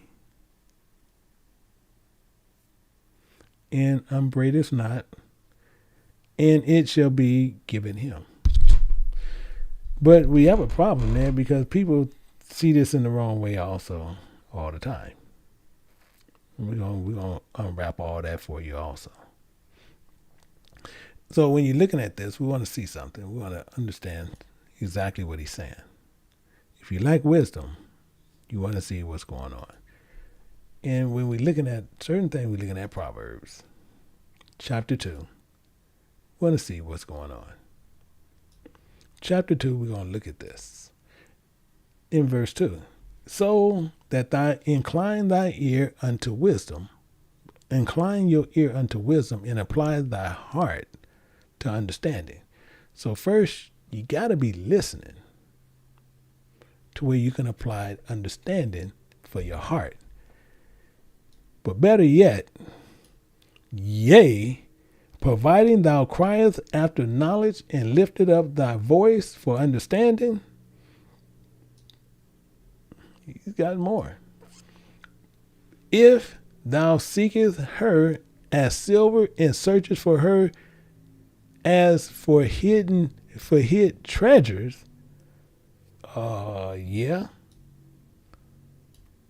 then you do not, then thou shalt understand the fear, the desire of the Lord, the Spirit of God, and find the knowledge of God. That's only then. Because he's going to tell you right up front. For the Spirit of God giveth wisdom out of his mouth, cometh with knowledge and understanding. In his prophets is his mouth. He tells you this over here in Jeremiah 3:15. We'll go over here and just put it here just so way you can see it. Because so when you're crying for it, he puts some people in place, but they thinking he going to come to each one of you guys, and that's why you come up with crazy understanding. But he got everything works in order.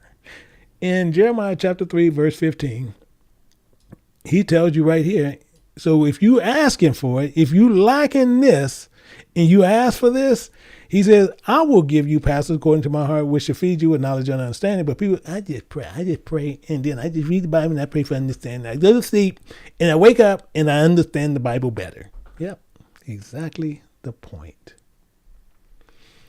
45,000 plus different opinions on that one verse. That's where that comes from. That's where that comes from. When you're looking at verse 3, chapter 3, we go to chapter 3. Actually, went too far. We're on 3:13. We're on 3:13. Because he tells a little bit more. Happy is the man, M-A-N, for man or woman that findeth wisdom. So happy is male or female that findeth wisdom.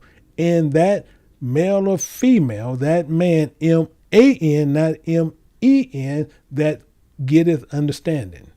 For, you're going to explain it.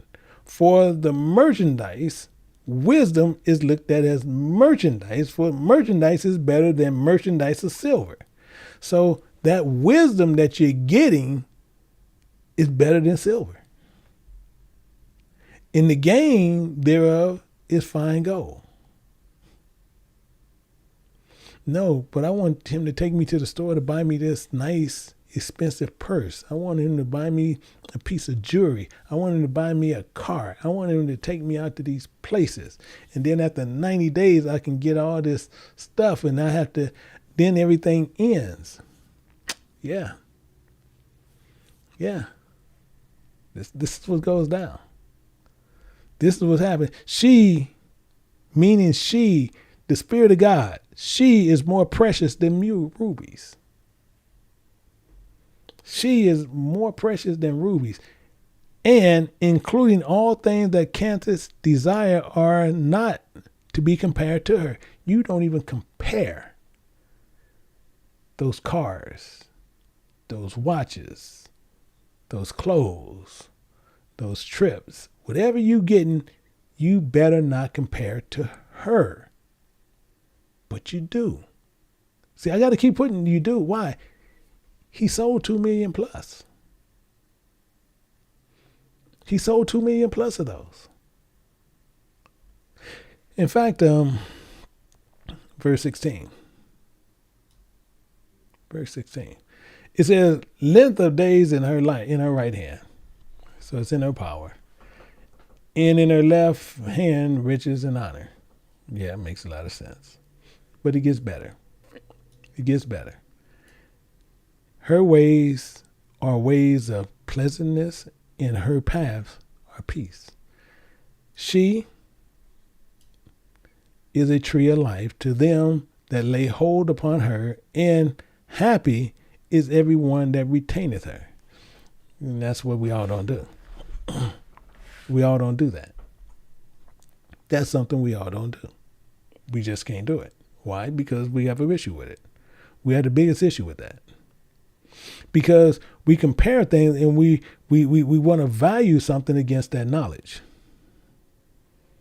We want to value something against the knowledge, and wisdom in this being the same thing. It's showing you the similitude on what people we comparing it to, and in her knowledge is being compared to life.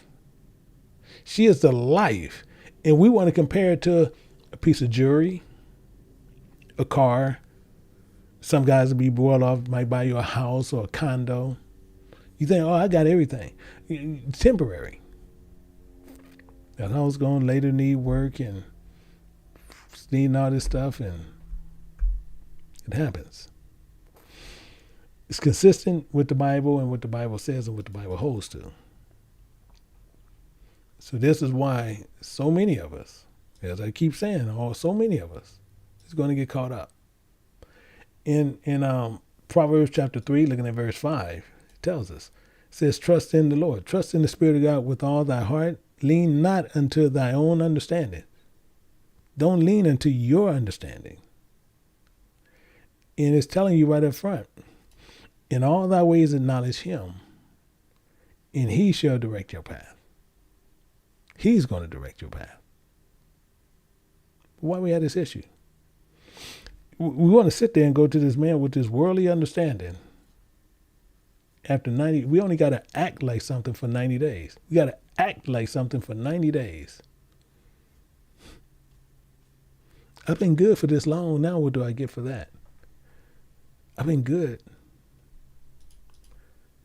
This is why we had the issues we have. This is why we had the problem we have. In Psalms chapter 25, and we're looking at this in verse 4 and 5. Show me thy ways, O Lord. O Spirit of God, teach me thy path. Don't say nothing in there for 90 days. Don't say nothing for 90 days. Nothing. Lead me in thy truth and teach me, for thou art, A-R-T, in perfection and beauty, the God of my salvation. And thou art your perfection and beauty, a God of my salvation. And thee I wait all day. No, some of us don't wait. See, I'm just letting you know what some of us don't do.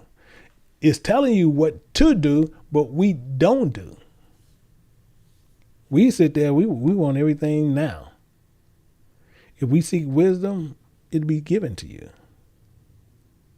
It's consistent with the verse.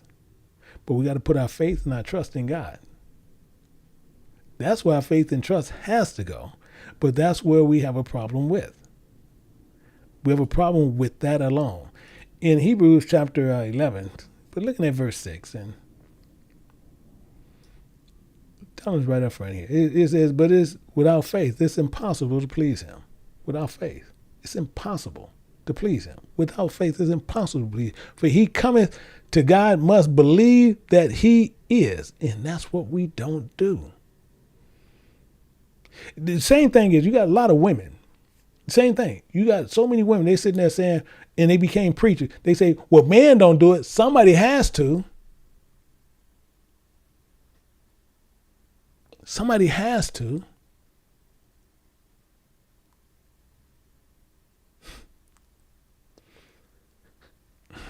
So they saying God couldn't accomplish what he did. He that cometh to God must believe that he is, and that he is a rewarder of them that diligently seek him. He's right up front. Right up front. We'll drive this in and looking at this in Matthew chapter 21. Looking at verse 22. Looking at this at verse 22. It's right up front. In all things whatsoever ye shall ask in prayer, believing, ye shall receive. Don't sit there, I hope, well, I'm going to pray for it. Well, I'm going to hope it happens. I hope it happens. Believing, ye shall receive. A lot of us want to act like something for 90 days, hoping it'll get a husband.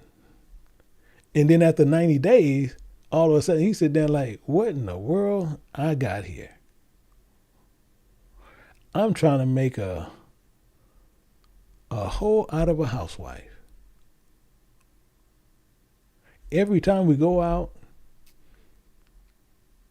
man upon man upon man, everybody knows her. Not know her, but they know her. Y'all know what I'm saying? They know her. Not just know her, hey, how you been doing, this and that, how's school, okay, what's going on now? No, he know her. Every time oh yeah, that was my friend, that was just a friend of mine.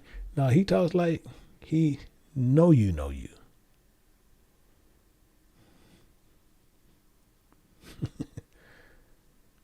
I'm telling you, this is our issue. When we have the issues that goes on, and this is why we had to, and see, and women think, okay, it's just on me. Yeah, men too. It don't matter. Man or woman, it don't matter. In James, looking at verse 1, verse 5, it tells you right there. So if any of you lack wisdom, let him ask to God. Let him ask to God that he gives men liberty, and upbraideth not, and it shall be given him. So being in the presence of godly men is what you seek. Being in the presence of godly men, but people don't even know. We're so screwed up now, we don't even know what godly men look like. It is what it is, because you don't try the spirit, so you'll never know what it is. This is why we have a problem when we try to find out what we're looking for. We try to get stuff on other ways. In Sirach chapter 37, we're going to look at something in verse 12. And you're going to see how clear this is going to make it. How clear this is going to make something. But I want you to see this. It says, but be continually with a godly man. Be continually with a godly man. People don't even know when they with a godly man. This is an issue. You see man, so that's man or woman. So don't sit there and you see, baby, you talk. No, That's M-A-N. That's man and woman. So before you try to point your finger at her, look at yourself. B, continue with that godly M-A-N. Female or male. Whom thou knowest to keep the commandments of the Creator, whose mind is according to thy mind, and will sorrow with thee if thou shalt miscarry. Mean go wrong. So if you go wrong, this same similar to the you fall off the plan. You done went a little bit off the plan. But they can provide support and encourage you. Some of those experiences that you're going through, the difficulties, the setbacks in your life, including how to arise from your own mistake and your own failures. Because you miscarry. You go wrong. That's what you did. So it's used this to describe to where sometimes you're not going to succeed in everything. You're going to go wrong.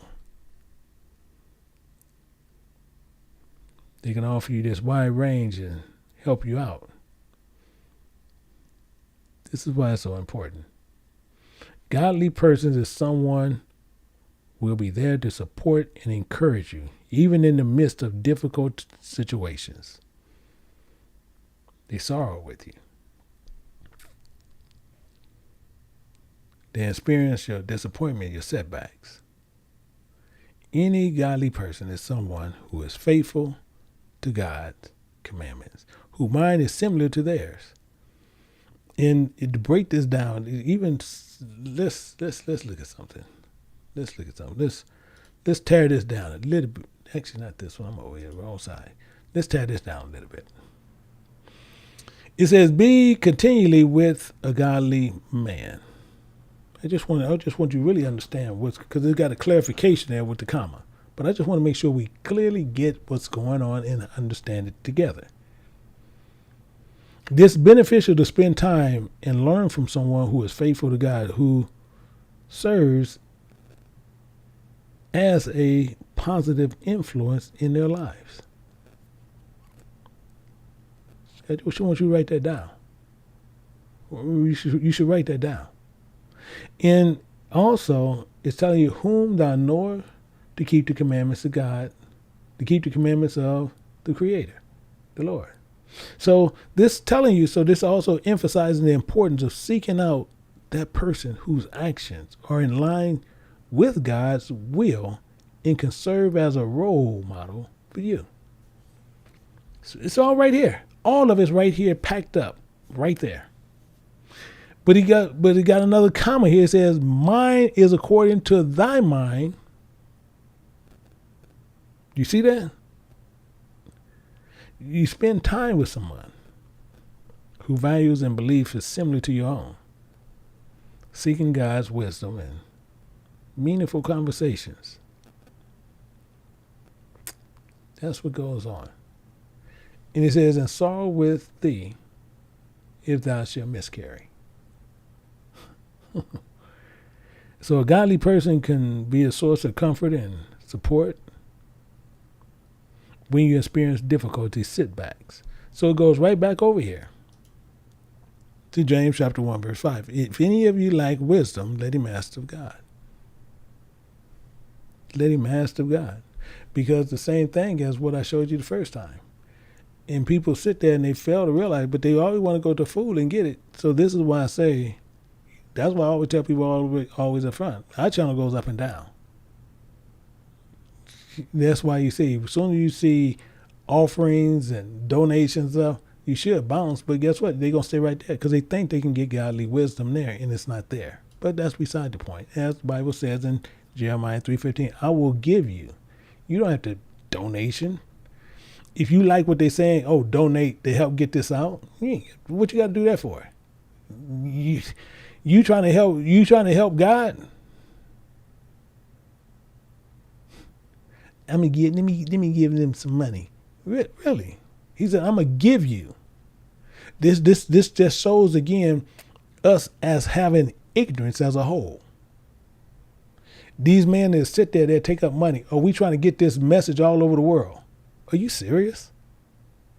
Are you truly serious? God said, I'm going to give you, and you can't show one woman in here who has a ring or something that her husband given her, and she had to pay for it. He said, I'm going to give it to you, but then you give me the money for it.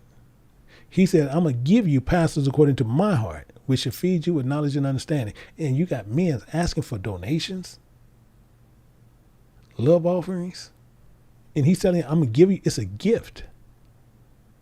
And we want to get this all over the world. We got to get this all over the world. And same thing, I did it once before, I'm going to do it now. Just thinking about it. And people who in there who all wants to, and hopefully everybody participate, to show you where I am. I'm in one location. And it's not in the building. That's why people have a problem with it. And I'm in one location. But I'm going to show you how many places I'm hitting at one time. At one time. I'm in California. And you get ready to see, I want everybody, whatever state you from or whatever country you from, just put it in the chat. And you will see, it's no reason. And you didn't have to pay me nothing. And you can get it. You see right now, it's running through. It's running through. So why would I ask you for money? What difference does it? You see, I'm everywhere. I'm hitting everywhere and at all different time frames. It don't even matter. So there's no reason for me to sit there to ask you for money. He says, I'm going to give you this. I'm a gift. I'm a servant. I told him, I'm like Flavor Flav, not speaking about this man looks or anything. Because just like I say all the time, I always make sure I make it clear. He looks good and bad to somebody as I look good and bad to somebody also. But he wore those clocks and he tell you what time it is. So it don't matter. It doesn't matter. We don't have to get donations. But we have people, they go seek these people and seeing when you listening to people who seek out donations. When you seeking out people who even seeking donations, you getting bad information and then you'll come mix it. That's why we tell people, go where you getting your information from. That's why I say that. Because you have to build that framework and be solid on what you believe. Let's look at something. And I appreciate everybody who participated in putting in the, right where you from. Right where you from. You ain't got just, right where you from. Didn't cost you a dime. Well, it cost you whatever your internet is. That's what you pay for. And I don't have interest in no internet company, so I can't say no internet. I don't have no interest in them, so I'm not getting anything from anybody. So that's all it boils down to. That's all it boils down to. But you can see, and you can go back and look at all the places it's hidden. And I ain't asked you for a dime. So why would men ask you? They trying to get it all over the world, but they need particularly your money. They need your money to do it. All we have to do is keep this bill paid over here on something I do anyway. Well, we pay the bill to go on the internet and do things here. And we just using it to also get out the message of God. It's not rocket science. And he knows I'm a kind of tech lover. I love gadgets. Most I don't know how to use them, but love gadgets. So he put us to where we get 1 gigabit up, 1 gigabit down. Crazy.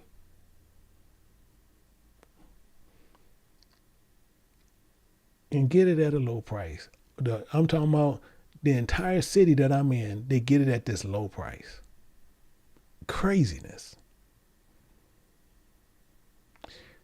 So people sit there and talk, oh man, this all over the place. I will give you pastors according to my heart that shall feed you with knowledge and understanding. It's not going to cost you a dime. It don't. So if you're giving money to a man on any level, whatever, you need to go support. You need to go over there. Don't stay here. Go there. So we got to build this framework for defense against deceiving people in suggestions like that. So one of the things I want to make sure you write down before we get very close, I want to make sure you take something to take away from this. Take away from this. And I want you to write down, we're going to look at active listening. Active listening. I want you to write that down for me. Active listening. Put this on a piece of paper. And I'm going to tell you what it is. Active listening is a form of communication. It's a skill that involves concentrating. A lot of concentration you need.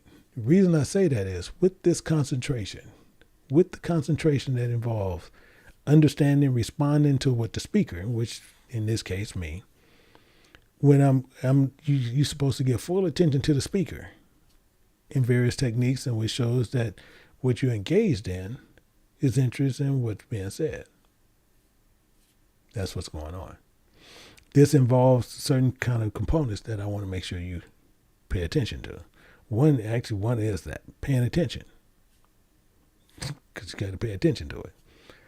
So you're giving full attention to the speaker, avoiding distractions and focusing on the words, including the language, sometimes the tone of voice. Clarifying. You need to take that tool away. Clarifying. You must be able to ask questions or restating what the speaker said, or in this case, what I said, by reinstating the message to ensure you understand what I was saying. These are takeaways. Paraphrasing is another one. Reinstating the speaker's message, in this case, me. Be able to reinstate that in your own, not my words, in your words. Not my word, in your words. Which helps you to demonstrate that you are actively, it goes back to that, actively listening, showing that you understand what I'm saying. That's why you want to paraphrase. It's a key. Reflecting, something we talk about all the time, a lot of people don't do, but we need to learn how to do that. It involves expressing empathy and understanding by acknowledging the speaker's feeling and emotions on a topic or a subject. So the same as you see, I can be on a topic or a subject, and you can most times you can see the seriousness that I might be into. Or you might see my sarcasm based on a certain subject matter inside the topic that I'm speaking on. You should be able to catch those, understand and see where I'm really trying to drive you to, and then showing you what is silly based on the emotions on the topic, on how I'm disseminating it out. You should be able to catch that. That is a sure way of giving feedback, where you responded to the speaker in a lesson, which encourages you to further communication later when you speak with them. Active listening is an important skill you need to have. Helps you build this stronger understanding and why there are so few questions many times. It's a trip. I got on to people, same thing, when we was down in Savannah. I'm still shocked. The reason why is people will sit there, they'll say many things, but then when you try to sit there and your key is to understand how and what's required of you, and then you have the actual person with you, you have really no questions. Absolutely none. It's shocking. It was really shocking. Absolutely shocking. I'm telling you, I couldn't believe it. The reason why, I asked Dr. Shaul probably 1,400 million questions. I asked him a ton of questions. But the thing is, it's just shocking when you see that happens. in Sirach chapter 11, looking at verse 8,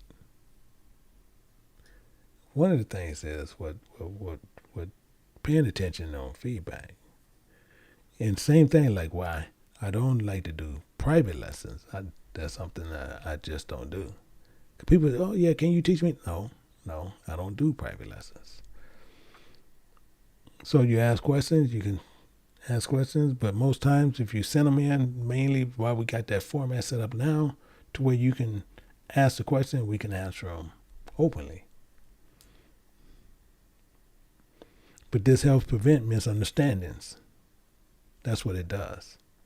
So the same you see here, it says, answer not before thou hast heard the cause, neither interrupt men in the midst of their talk. This is a big problem here. You have a lot of people where they'll sit there when one of the teachers is teaching, and they sitting there, either they like to unmic and they like to comment, they like to sit there and give their opinion, and it's not there for that reason. Same they do in the chat. That's why you see those sisters, you see them deleting a lot of stuff where people want to sit there and have a conversation in there. That's why you see them delete it. Most people don't even, they just delete it. This is not done something based on all what we saying. They sit there and they see fit. It seemed like a conversation to them. Boom, they delete it. Why? We're not here for that reason. You're here to learn, to understand it. So when they putting stuff in there, they putting in things for you to help you learn better on what the word is. But when you want to put in conversations and all this stuff, it makes no sense. This is why we say, if you want that craziness, go where craziness is. And where everybody got opinion, just going through, and it makes no sense. It's confusion. Total confusion. So when you sit there and you see people, and that's why, like even in the back where people want to sit there, they want to, when people are speaking, they want to unmic and then they want to give their opinion. Don't do that. It's telling you right there. Answer not before thou hast heard the cause, neither interrupt men in the midst of their talk. We shouldn't be doing that, but people do it. People do it. Actually, I'm going to tell you, it's a big pet peeve of a couple of elders where they say, man, it irks me. Sometimes we can be teaching a lesson in the back and somebody want to unmic and start talking.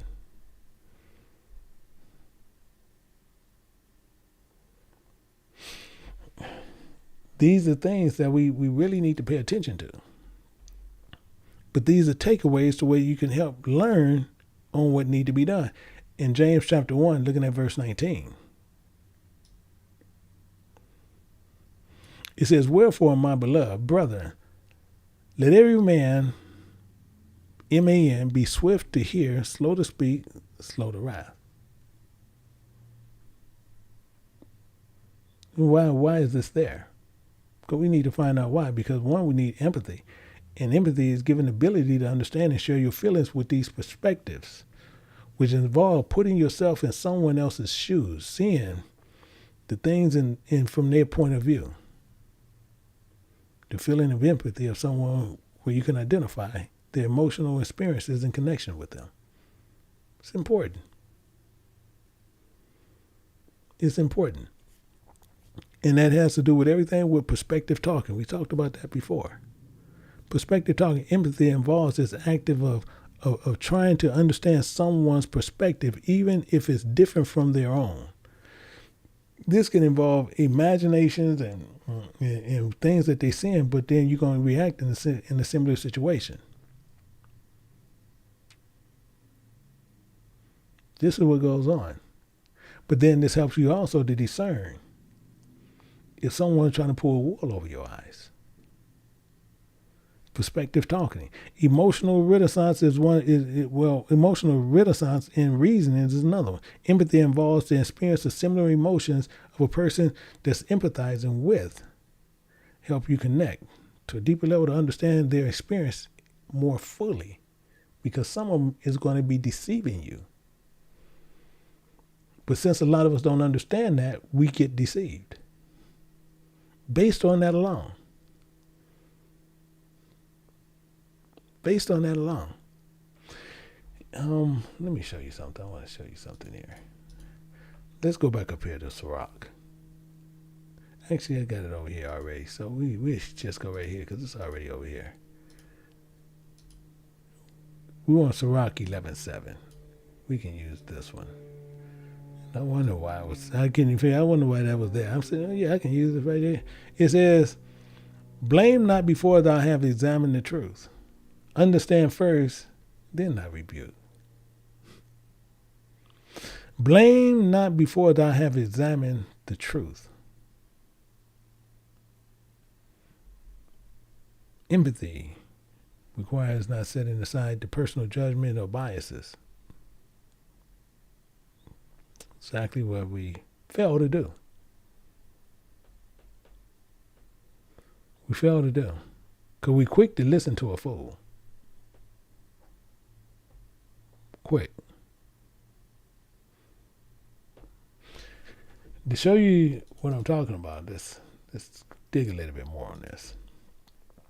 In Matthew chapter 7, looking at verse 1, judge not that ye be not judged. So it means it's telling you, teach not that ye be not taught. Exactly. But most people don't even understand what that means. But verse 2, it's telling you, it said, for with what judgment, so with what doctrine and teaching ye teach. So if you done taught some silliness, is what they done did. Same as what he did. Act like a lady, think like a man. Telling you to act like one. So he's saying up front, you are not a lady. Just act like one. You're a whore, but just act like a lady for 90 days. This is why he's saying this. In what judgment, so what judgment don't mean nothing but doctrines and teachings. So what doctrine and teaching ye taught that judge, ye shall be judged. You're gonna be taught that. That's what you're gonna be judged on. And with what measure ye meet, and it shall be measured to you again. It's going to come back to him. That's going to come back to him. So this is why we had a problem. And this is why we had these issues. The same thing is we dealing with Sirach on a lot of this, and saying we want to understand what he's talking about. In Sirach chapter 13, looking at verse 23. This is one of the problems. This is one of the biggest problems we have.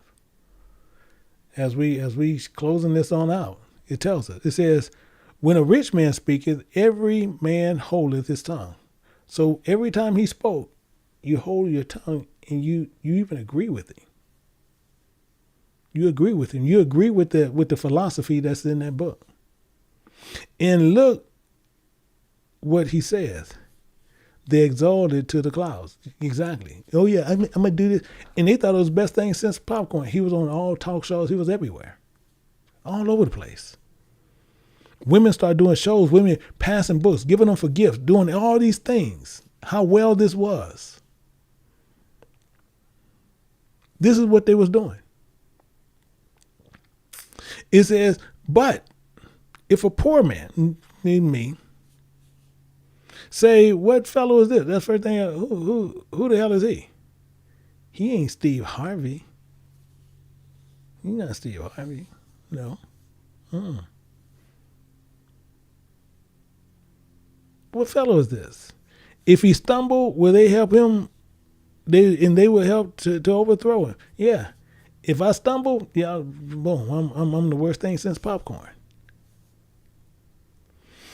So we need to be able to understand these things to where empathy involves responding, being compassionate, understand one's emotional experiences to where you can evolve to support this validation and understand simply by being there and you listen, understanding with empathy, having the ability to share and understand feelings and perspective of others that involves putting yourself in someone else's shoes to where you can understand if they are lying to you or not. It's this simple. So, what do all this have to do with act like a lady and think like a man? 90 days. 90 days is what that has to do. That's how long many people have to live the lie. 90 days believing in someone that weren't. 90 days thinking that they understood you and they had no idea, no clue who you really was. Because it was all a deception. It was a lie. You have people who trusted in you. They confided in you. They left, and then you left them feeling angry, hurt, betrayed. And people say, how could they do this? How could someone pretend to think like the opposite sex for 90 days and make you think it's real?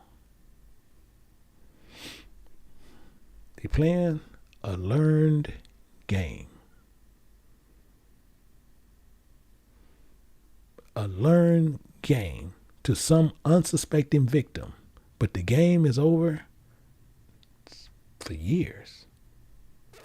And many is left to deal with the aftermath. It's like living in a fantasy world. Now you see the truth being revealed and you don't know to believe anymore. So the same thing is like living in this dream world and everything is perfect. But now this illusion is shattered. You see the truth and it's not pretty. Because many of us was falling to that philosophy. Many can't help but feel like a fool falling for these old games of deception and blind and gullible, taking advantage of the authority of the principle of trust,